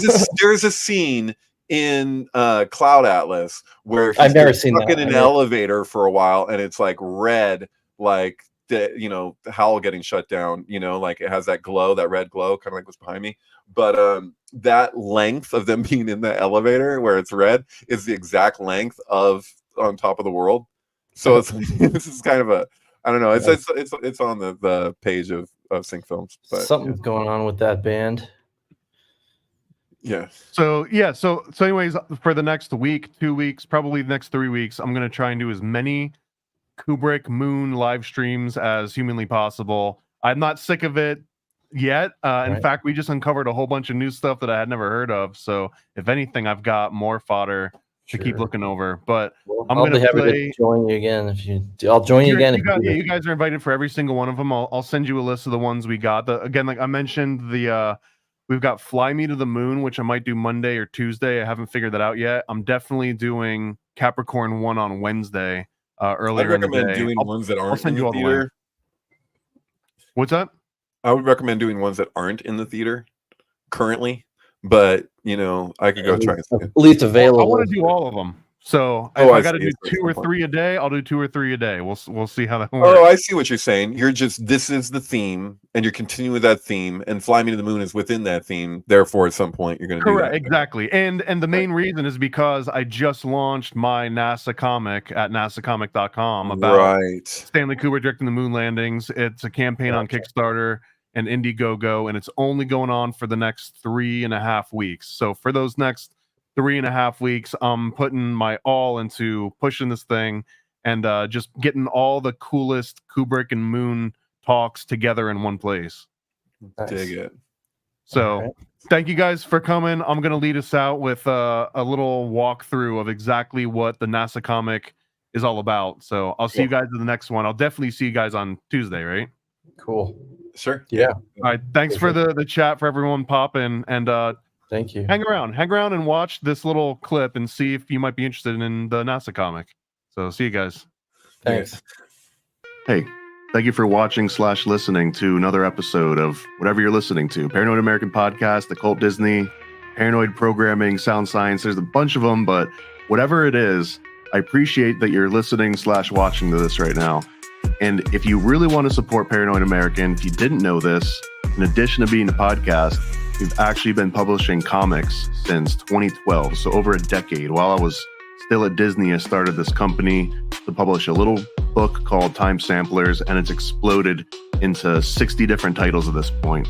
And the biggest one just launched, at least at the time of recording this, but it's at nasacomic.com, stands for Never a Straight Answer, and it's about Stanley Kubrick directing the moon landings. And I just want to show you some of the cool kind of exclusive things you can get by backing this thing early. So if you go to nasacomic.com, it'll automatically bring you to this Kickstarter page. And you can see, bam, hit our goal at the time of recording this, 100%. So it's definitely going to be made. So you'll absolutely get a copy of this thing if you back it. If you're listening to this in the future and this page isn't here or brought you somewhere else, then likely you can just buy it right now. So you have to skip all this and just buy the damn thing. But here's a couple little previews of artwork. Here's different variant covers that are for offered. This top left one, I actually have in print. I got a couple of prototypes printed up just to make sure that it would look good. It looks great, looks amazing, full color, gloss pages. It's got a nice hefty weight to it because it's 40 different pages of all unique art that you haven't seen before. There's also going to be a variant cover. There's going to be a hollow foil cover. And then there's a little postcard print that anybody that gets a physical copy of the comic in any form, they're going to end up getting this postcard size print here. Here's some different artwork samples from the 3 different artists that contributed to this book. And then here's the important part, the rewards. So by backing this project, you're going to get to pick some different kind of reward tier. The entry level one is this digital deluxe, which has the entire book in digital form. You'll get a PDF. It's also going to have an additional 8 different pages that aren't in any of the print versions just because they were maybe some were a little too spicy, maybe some were a slightly different art style, but I'm going to give all that in the digital deluxe along with some wallpapers and some MP3s and stuff. If you want the print one that I was just holding up here, then the entry for that one is $15. With that, you're going to get that little postcard print I mentioned. You're going to get a trading card. You're going to get a bookmark, and you'll probably get some other stuff because I always throw in extra freebies. You can ask anyone that's bought anything from Paranoid American. I hook it up with lots of extras. If you want the variant cover, which is only available in this campaign, there's a $19 tier for that. It also comes with an extra sticker. If you want the holo foil, then that one is $29. These ones are going to be super limited. Like, these won't exist outside of this campaign for the next 30 days. So if you are listening to this in the future, sorry you missed out. You might be able to snag one in an upcoming campaign if there's extras. But if you really want this holo foil, and you should, you can get it right now for $29. And then we've got a couple other tiers after that. We've got a 55th anniversary special for $55. That has the main cover and the foil cover and a sticker sheet and some other goodies. Here's the best value, basically. There's a $99 Cosmic Conspiracy tier, over 40% off of all the different things that are included. So this one's going to come with the main cover, the variant cover, the holo foil cover, 3 or 4 different sticker sheets. It's going to come with 6+ stickers. It has the trading card, a bookmark. It has a custom Paranoid American Room 237 keychain. And I think the highlight of this is it's going to come with this custom embroidered Stanley Kubrick patch based on the Apollo 11 design. And if you keep scrolling down, you can see all the other extra reward tiers. All of the different items are going to be described in more detail. And I want to show you this patch right here. It's a 3-inch embroidered iron-on patch. You can put it on your Molex bag. You can put it on, anything, hats, backpacks. This is the first time we've ever done one of these custom patches, so I'm really excited about that. There's also a custom fake moon landing playset that you can select as an add-on when you go to check out. So speaking of, let's say that you're sold, you want to get a copy, you want to help support Paranoid American, you haven't used Kickstarter before, the easiest thing to do is you just click on this Back This Project button on the page. It's both at the very top of the screen and it's at the top of the page. So you can click either one, Back This Project. And from here, it's going to be like a typical checkout. You're going to select which of these different tiers you want. Again, I highly recommend this $99 Cosmic Conspiracy combo. It's going to have every single thing that the campaign has to offer that's exclusive to this NASA book. You click on that, you pick the country that you're in, and then you just click on the pledge button. There's one extra last step where it's going to ask you if you want to do any add-ons, if you want to throw in like a trading card pack or another keychain or anything else. You can get some huge discounts on the backlog of Paranoid American comics. But let's say you're done with that, you click continue. And then finally, if you don't already have a Kickstarter account, you'll be prompted to make one. You can link it to Facebook. The rest of the flow is just like any typical checkout online. So I really appreciate if you would take a look. Please just back the comic, back nasacomic.com. Anyways, back to your regularly scheduled programming. Spread the word with propaganda packs, all for just $40 shipped at paranoidamerican.com. Paranoid propaganda packs. We got facts on these sticker slaps. So grab yourself a stack and go attack with these paranoid propaganda packs. These huge all-weather slaps will last in public for years to come. Remind citizens that birds are not real. Self-immolation is an option, and might make you magnetic. Do your part and get a propaganda pack today from paranoidamerican.com. Paranoid propaganda packs. We got facts on these sticker slaps. So grab yourself a stack and go attack with these paranoid propaganda packs. What are you waiting for? Go to paranoidamerican.com right now and get a paranoid propaganda pack.